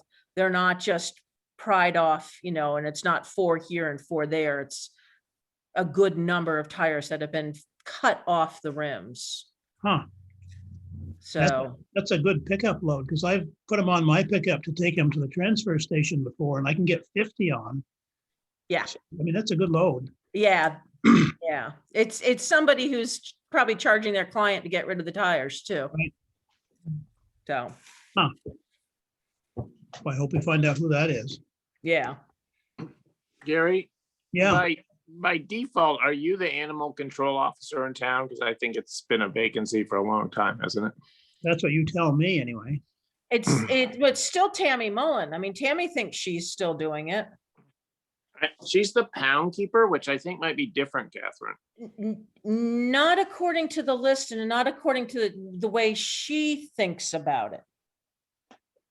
So I think there's confusion about the title period. And I keep telling people I'm just a glorified animal control officer who can't carry a gun. Now you'll let me carry a taser, so it might be a little better, but yeah, so it would help me to know so that I know who to call, and how to handle it if I can't do it, and that guy from the league made it sound like I can't do anything except for write letters saying, don't do that. Well, I'll talk to Tammy and see what her understanding is. Right. And I say this just because in House Ag, we just passed a bill out this session. I think I described it before, where it redefines who can do animal abuse investigations. Right. And it's going to be animal control officers with certain training, humane officers at humane societies with certain training, and the Vermont State Police with certain training. So we're going to sort of tighten up who can do those investigations. Which I think that's a great idea, because I sort of straddle that line now. People call me, and say blah, blah, blah. And then I call the state police officer and he goes and takes care of it. I've already gotten several of those calls. So I've been calling the state police officer and just kind of washing my hands of it, but it would help me, again, constable's almost becoming an obsolete thing. And that doesn't bother me at all because then I can carry again. All right, thank you, Catherine. All right. Thanks, Governor. Yeah. Good night. Thank you. See you. Thank you. All right, transfer station prices, 7:30 finalized. That's next. Did you talk to Mike at the dump, John? About pricing? I saw Mike on Saturday and he said he was making up some notes and was gonna get those to the town offices on Monday, yesterday. I don't know if that happened or not. I do not know. I haven't gotten any notes, so, and Mariah didn't send me anything, so I don't know. Okay. And did you see Kathy send a chat saying she had some concerns about the transfer station? So we might want to hear if she has any questions. Hello, Kathy. Is it all right if I ask a couple of questions? Sure. One of them is about pricing, but not really necessarily the conversation that's happening. And a few of them are, I can ask them and you can tell me whether or not you want to put it on a future agenda or have me talk to Mariah or someone else. But they've been on my mind for a while. So regarding pricing, after 10 years of selling transfer station tickets, I observed how many people really do not understand how the current pricing system works. And a lot of times new residents, we would need to spend a lot of time explaining it. And sometimes longtime residents would overhear that explanation and say, I had no idea the punches were based on the size of your bag. All this time I've been buying the $30 tickets, but bringing small bags in and getting a punch for one small bag. And no one explained that to me. So when you do work out your new pricing system, or until you do even, is there a way to print what the punch cards are for on the back of the punch card so people understand? And I looked at the minutes where there was like a tiny little list of pricing and how it worked, like the prices of tires, the prices of bags, that would fit on the back of a transfer station ticket. And that information I couldn't find on the transfer station page on the website. I couldn't find it today when I looked, and all those years of selling dump tickets, I wished I could direct people to the web link and show them that. So I think it's just a really small change that can make a big difference in awareness and understanding of how the pricing works. All right. So that's the pricing related one. Now, my second question is, what is the town's relationship with the Central Vermont Solid Waste Management District? We really don't have one. I mean, they represent us, I guess, but we don't have a representative right now that serves on their board. Would you like to be that representative? Possibly. I have been very randomly and periodically making posts to the Tunbridge Facebook group with recycling tips. People have been liking them, and I have people that I've never met before that have like private messaged me saying, can you do these every week? I had no idea. This was great. And so I started realizing that a lot of people don't know what's recyclable and what isn't. Mm-hmm. So I looked at the list on the Tunbridge transfer station page. And yes, there's a list of what's recyclable, but it's really not specific enough. Like, for example, aluminum foil is on the list, but you cannot recycle aluminum foil unless it's in a 2x2 ball or bigger. If you put a sheet of aluminum foil in the recycling, it gets mispicked by the paper sorters and it ruins the batch of paper it's in, and they have to dump it all. I have contacted Central Vermont about this. I've read about it. They have information about it. So making one post on a Facebook group isn't going to reach every person who's putting recycling, aluminum foil in the recycling at the transfer station. So I don't know if there's someone there saying, hey, that aluminum foil will wreck the paper recycling in the sorters. Can you please put that into a ball? So that's just an example. that I have. Another one is wrapping paper. Wrapping paper is recyclable unless it has plastic, glitter, or metallic in it.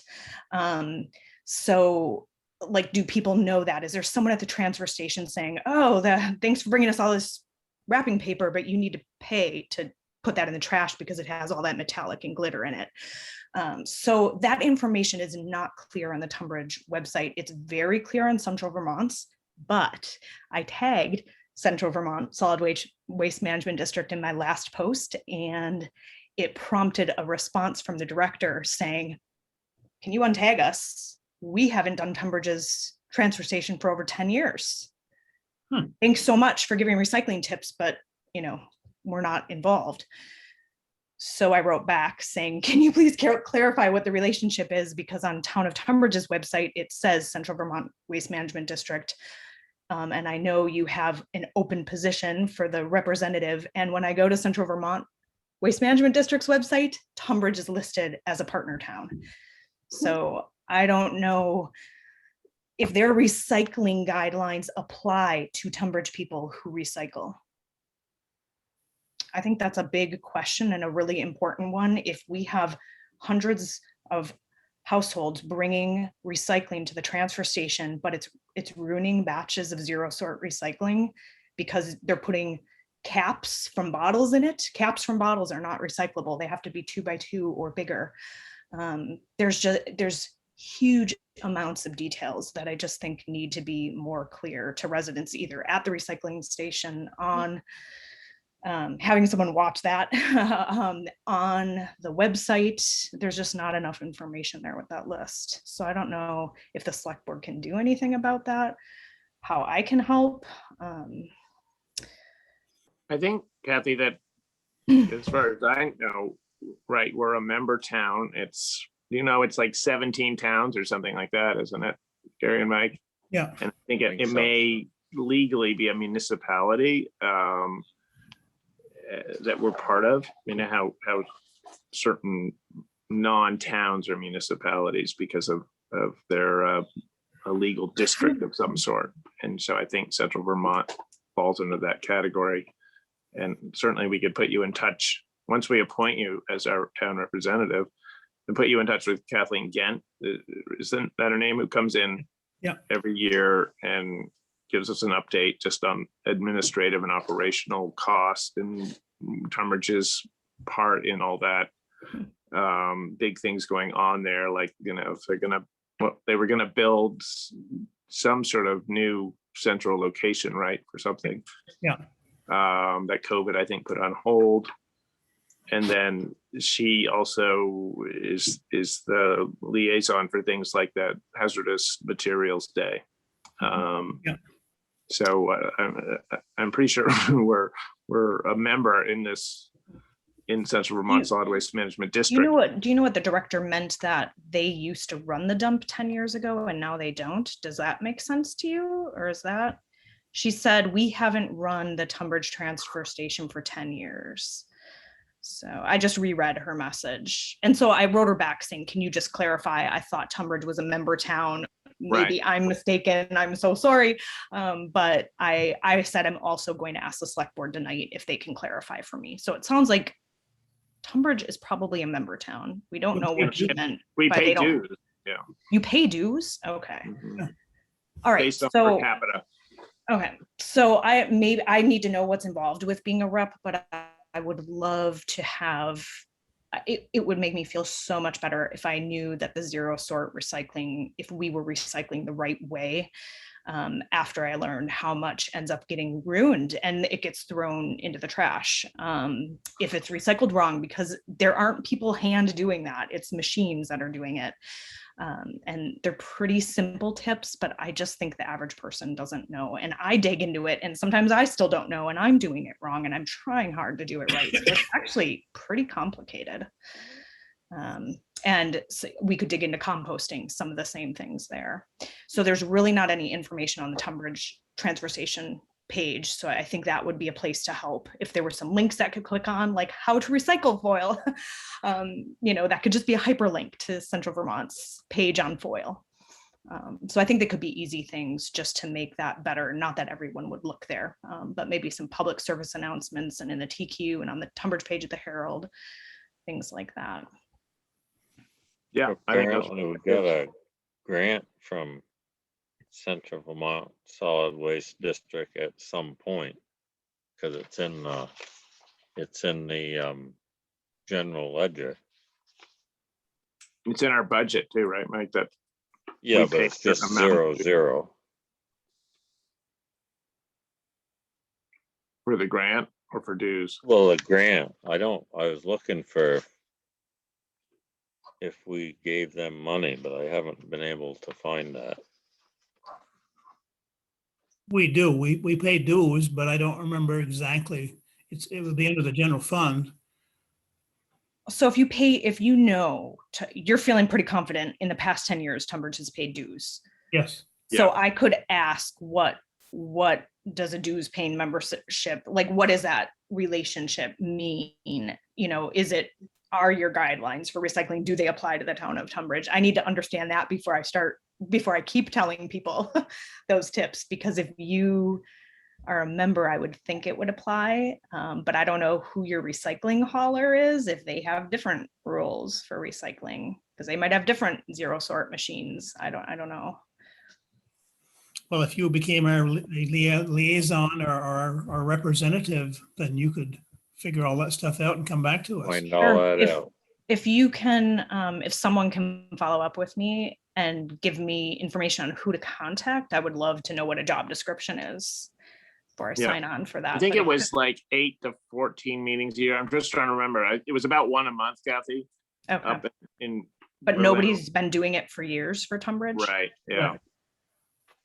Yeah, and I Okay. think they had, for some reason, I think they take the summers off, or at least like June and July or something like that. That's why it might be like 10 meetings a year. Right. So I wonder if some of these things that I'm feeling are because we haven't had a representative. Like if we had a representative, maybe the town would be better informed on how to recycle. Right.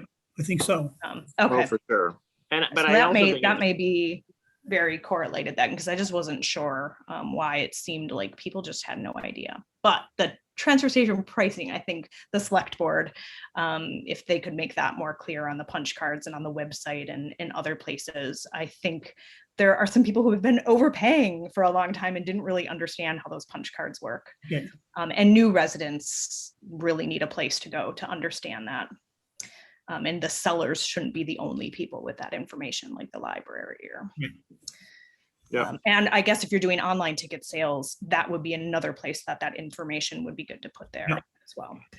Yeah. All Well, I right, think thanks. they both fit together too, Kathy. I think, you know, there's a lot of education involved. And I think just generally, I bet even at the Central Vermont level, because it's town by town, they may represent 17 towns, but I think it changes like what's recyclable town to town. You know, I remember Tunbridge used to be like plastic 1 and 2s, and then everybody just, if they saw a recycle symbol, they just started throwing it in. And we've never really gotten a lot of pushback from Central Vermont saying, no, don't do that, you're doing it wrong. Well, I noticed on Central Vermont, they have like a blog and they have newsletters, and I went through and read like a pretty lengthy history of them. Every year there's new guidelines, like they either accept more or they accept something in a different way, or they stop accepting something. And I don't think I've ever seen really an update in Tunbridge on that. So like, I don't know that residents who are bringing their stuff to the transfer station ever hear about those updates. So I was pretty surprised. It's like, oh, as of July 1, we can take this. And I was like, whoa, they take that. You know, so there are some obscure recyclables that people might not even realize are accepted. And then every now and then something would be like, we can't take this anymore, or we can't take it in a certain way, or you have to bring it on hazardous waste day, you know, different things with CFLs and batteries, things that have to be thrown away and things that have to be recycled. But if you throw them away, you have to put tape on the contacts. Do people know that? Otherwise, they're a fire hazard in the dumpsters. So yeah, lots of little details that they are really good about promoting, but I don't know that the member towns are getting that information. Unless they have a rep, possibly. Was it Central Vermont that told us we couldn't take electronics anymore? Yeah. Or was it the state? Yeah. Well, Central Vermont. Yeah. Oh, right. And some of them are state mandates. Some of the change, like, of course, composting Right. and different things, they're not up to the districts. Those are state mandates. So they also post that in their Facebook Yeah. page and their blog posts and their newsletters. So they always update on whatever the new state rules are. All right. Well, we'll get you in touch with this Kathleen again. Okay, thanks for listening. You're welcome. Sure. All right. What's next?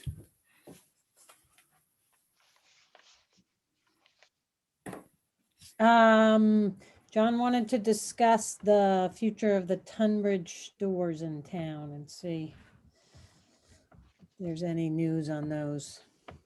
Yeah, I haven't gotten to that yet. I mean, offline, I can talk to Kathy and Scott. I was going to talk to the listers. Ray Halleck maybe, and Eric Flanders. See where we're at. But a couple other, are we on other business now, Wendy? Approved warrants is next, Okay. and then other business. I went through the warrants. And, well, no. The warrants don't bother me. I went through them and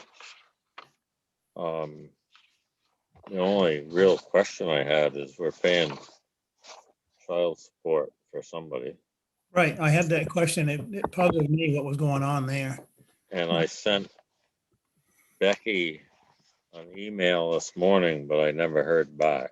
Yeah, I tried to call and I didn't get hold of her, but I guess she wasn't in today.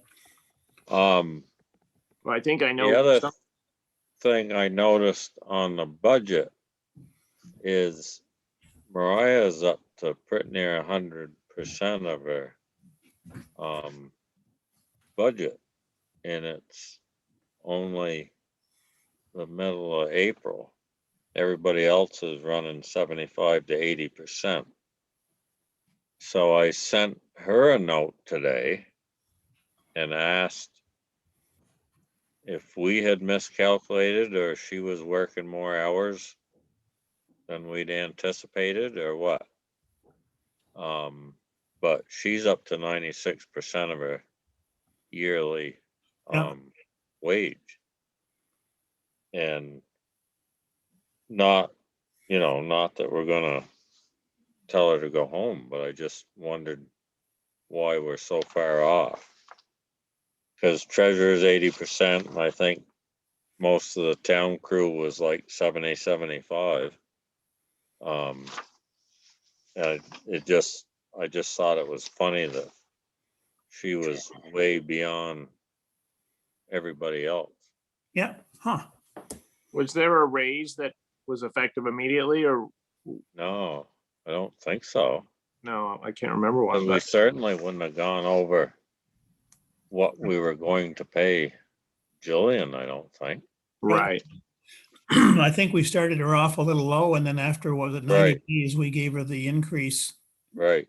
So we shouldn't be that high, but And so I sent her an email and I didn't hear nothing back from her, which is kind of odd because she usually gets right back. yeah, Was it supposed to go to town meeting day, or is there another date that the? Goes to the 1st of July. right, Okay. fiscal year. All right, but you didn't see any other problem. I didn't see anything else that No, alarmed me. No, everything looked good except I just had a question on that child support and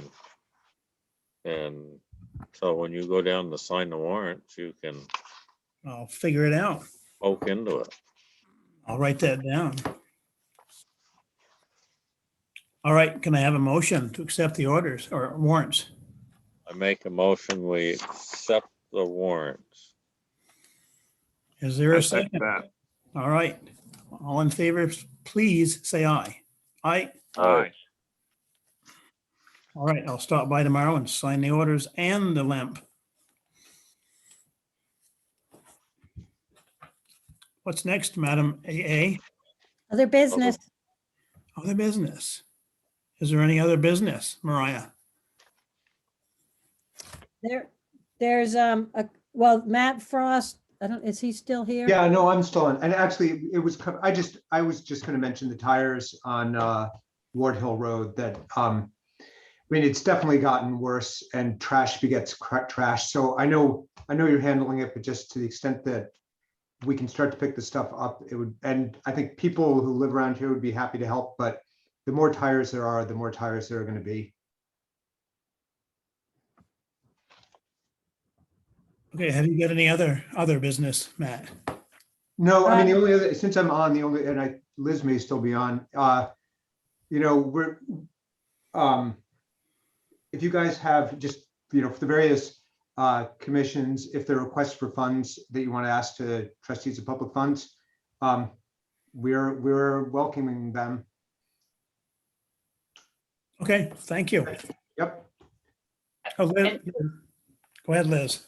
Well, I was just gonna say, and Matt, you and I can check in with Becky, because I think she often, as we get close to the end of June, puts those requests in, so they come in July for the next fiscal year. So she's a great point person for that. She keeps it all up in her head. So and we can talk later, because I think at one of the budget meetings, you guys and Becky listed the cemetery commission, highway department, and then the special projects request that you were anticipating for repairing some fencing, I think, at the transfer station. Yeah. So I think those are at least 3 that we can anticipate. And yeah, we can check in with Becky and get those requests in June. Okay, thank you, Liz. Michael's hands up. Oh, yes, he has a little yellow hand.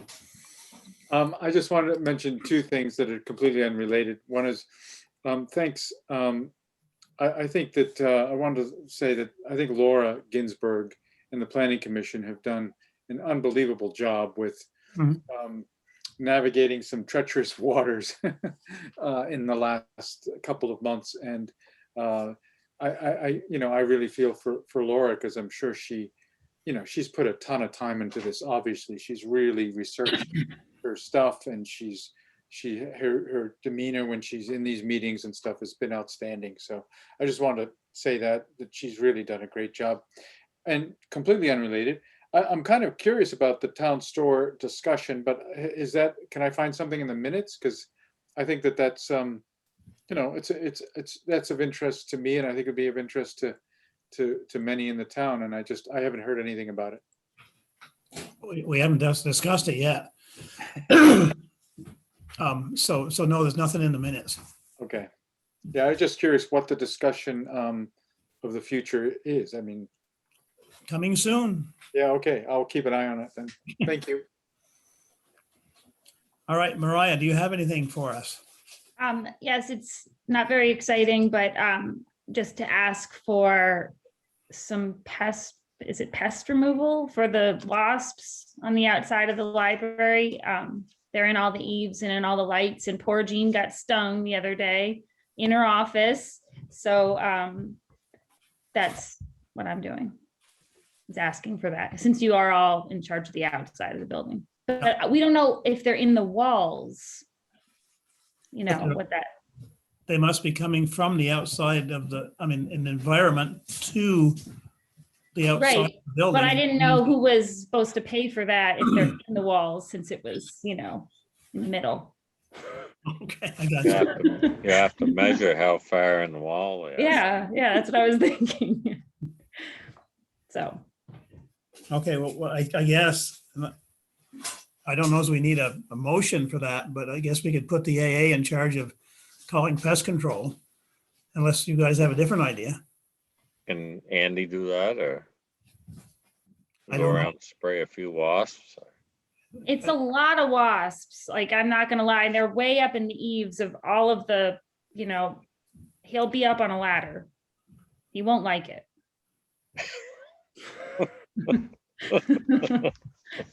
Andy doesn't like heights anyway. I mean, I don't want to be the one holding the ladder. That sounds like a bad day.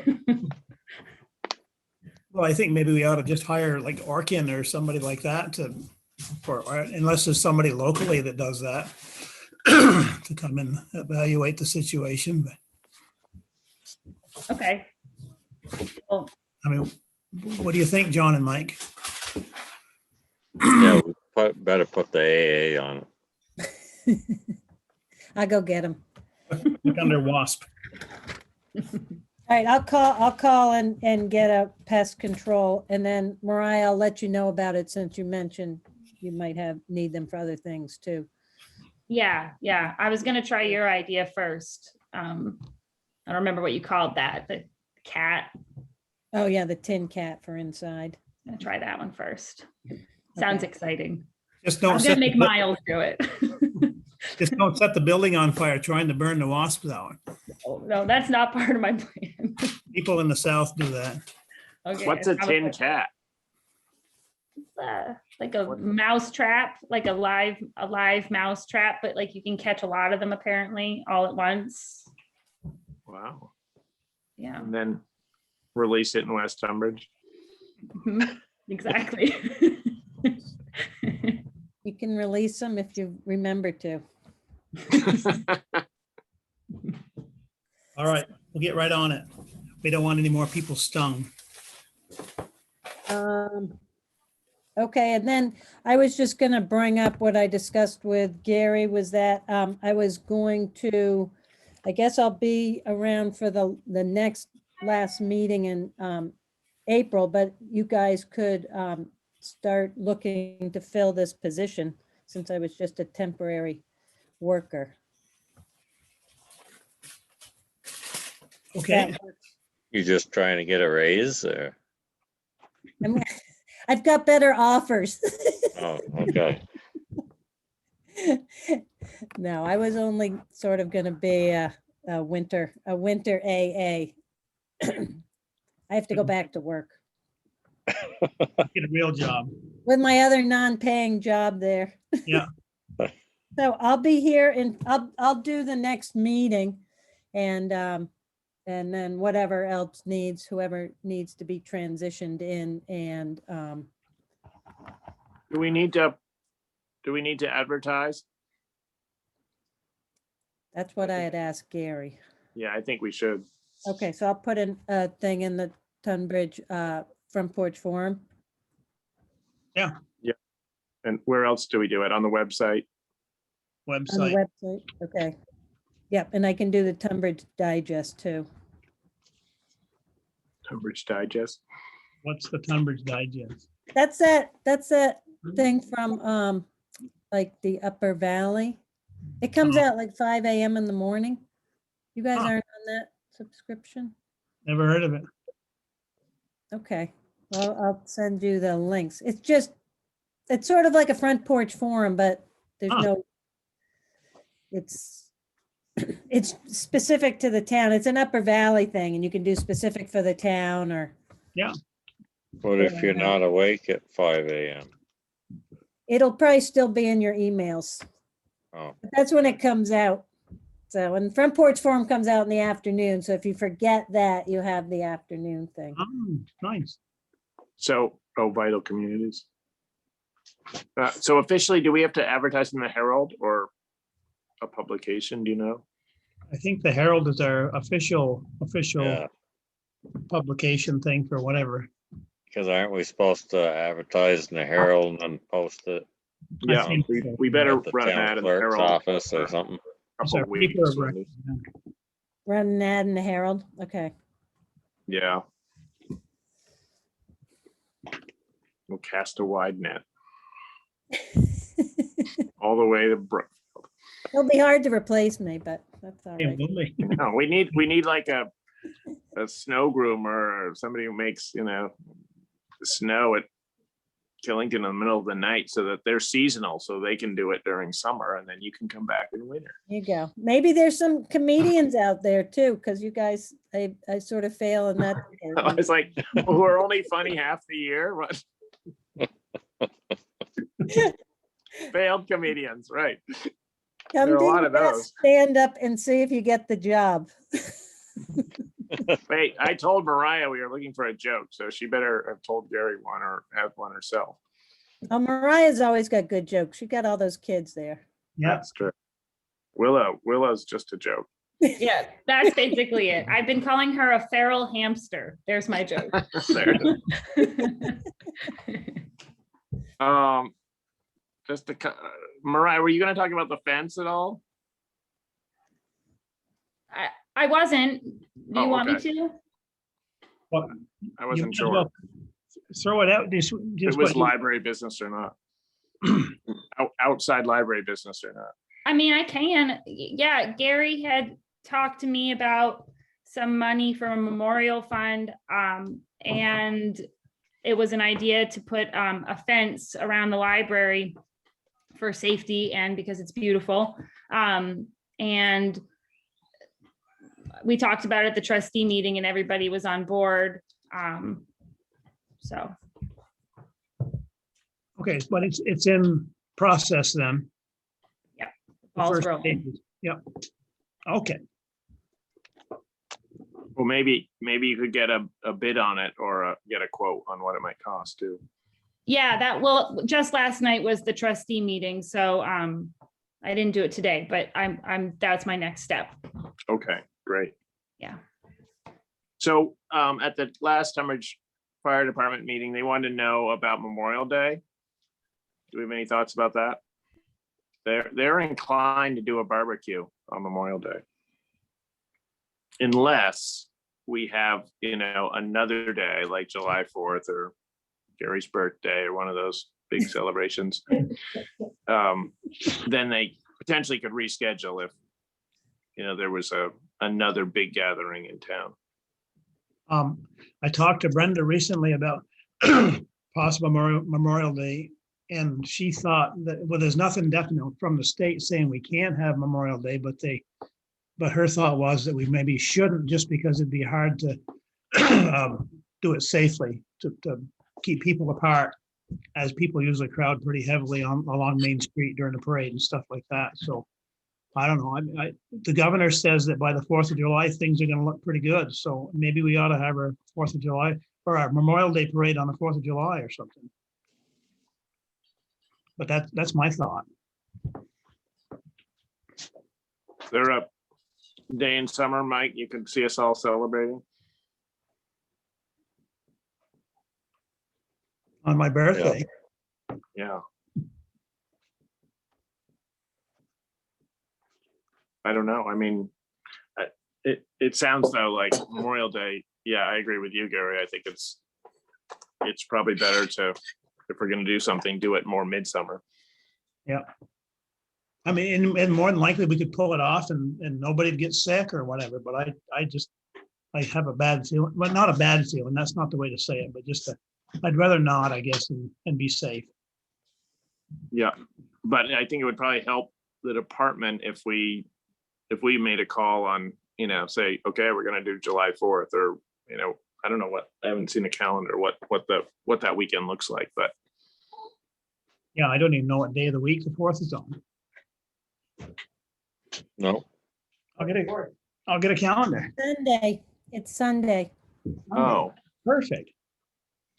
So the 3rd and the 4th. So the 5th must be a holiday. Must be a holiday. We usually get a 5th for the 4th. Yep. And one for the fair too. So potentially we could do it July 5th. Yeah. That might be pretty nice. Let's look into Yeah. that and kind of firm things up next meeting. Okay. And I'll propose that to them, saying we're Yeah. leaning towards July 5th. Right. Be fun. Yeah. That'd be slick. And then, I pruned the elm tree down at the town offices so you can see the Tunbridge Fair historic marker better now. But there are a bunch of limbs on the ground there, so I didn't know what to do with those, whether the road crew would scoop them up or I can throw them in Gary's truck. That tree is a disaster too. It's Yeah, got that's- splits in it and it's probably gonna fall in the town offices at some point. So I don't know. Maybe we should just take the whole tree down. I think so. It looks like it's gonna split apart any day. It is going, yeah, it's got a terrible crevice right down through the middle of it. Well, just for now, I'll throw that brush in when I get there tomorrow to sign the warrants. Okay. Put it on my burn pile. Next time it rains, I'm gonna burn. All right, any other business? I guess that's it. And then we'll get back to, oh, my action item. I'm gonna get in touch with Sharon Academy again about those tires. Yeah. Since I didn't do that last fall. And I guess we'll see, Mike. We got to nail down dump pricing, Yes. but I think we can work with maybe Kathy on that, on the tickets too. And mix rollout of the buy online. Yeah, and if you get hold of someone at Sharon Academy and we can actually arrange for kids to come up and toss the tires up over the bank, we need some transportation for said tires. I mean, I'd be happy to supply a truck or two or something, and get them to the dump. Yeah, if we had 200 tires, where would they go? I don't know. I don't even know if we have a container at the dump right now at the transfer station. Eliza Minucci is our green up coordinator, so we could ask her, because if we did it on green up day, there might be a way of getting rid of them. Oh, yeah. I see, we'll try to get hold of her, but I see Eliza often just driving by the farm. I'll flag her down. Okay. Let's try that because it's coming right up. We can coordinate it with green up day. Okay. All right, we'll talk to her later.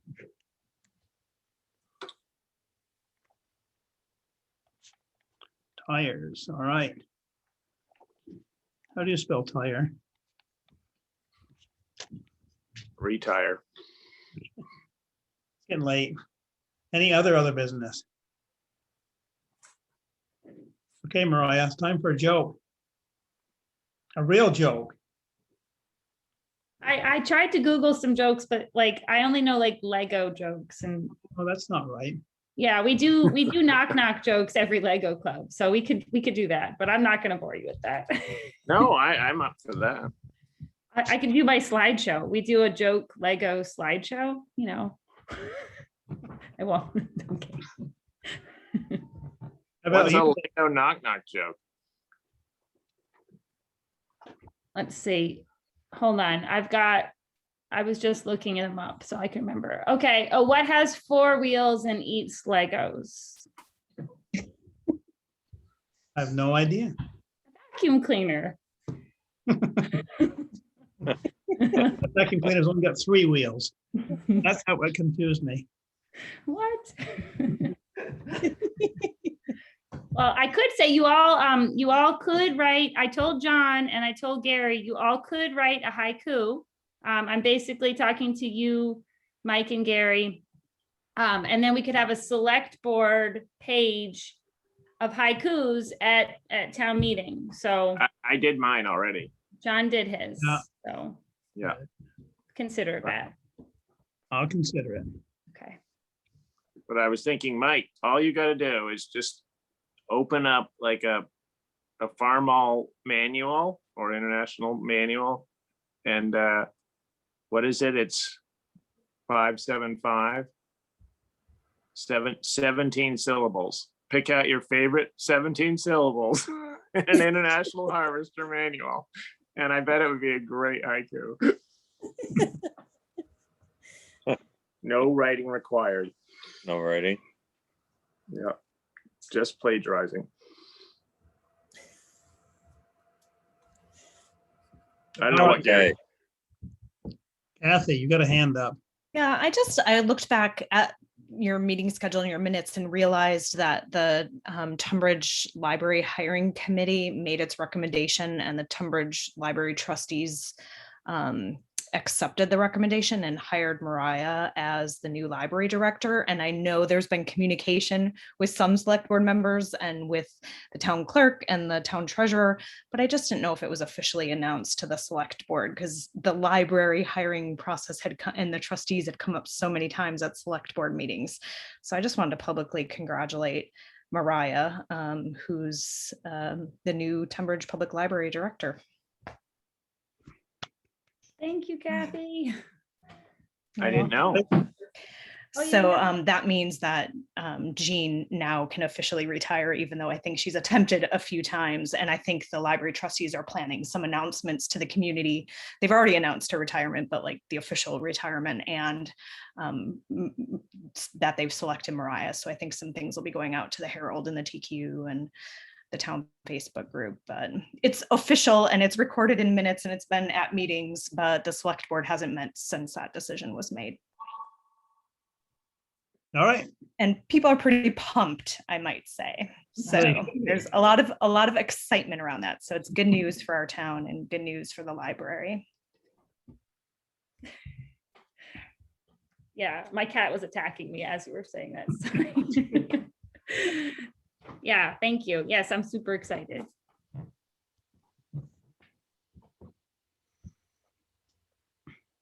All right. Make a motion, we adjourn.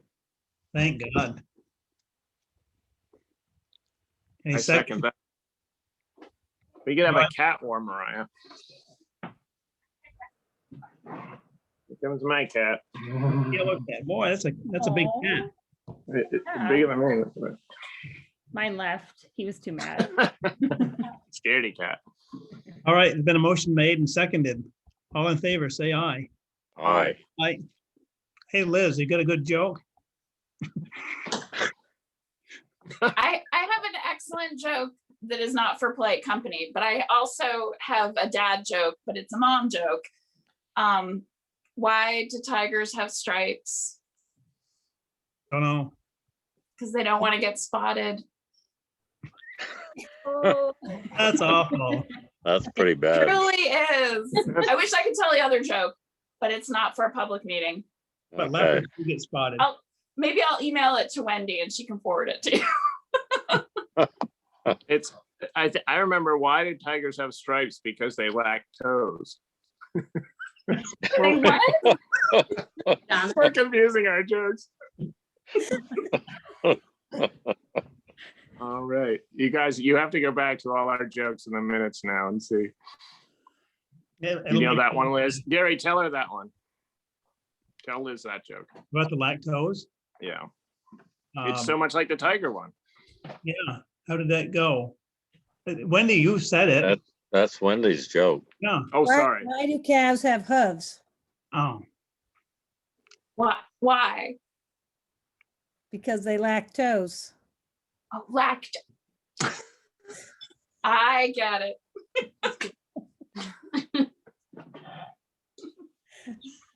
It's only funny after 2 hours of meetings. Yeah. It's not even really. Time joke. Why don't jerseys have? Why do jerseys have stripes? Because they don't want to be spotted. All right, I'm going to leave. Yeah. Thank you all for attending. Thanks, you guys are the best. Thank you, Rudy. Good night. Thanks, Rudy. Yeah.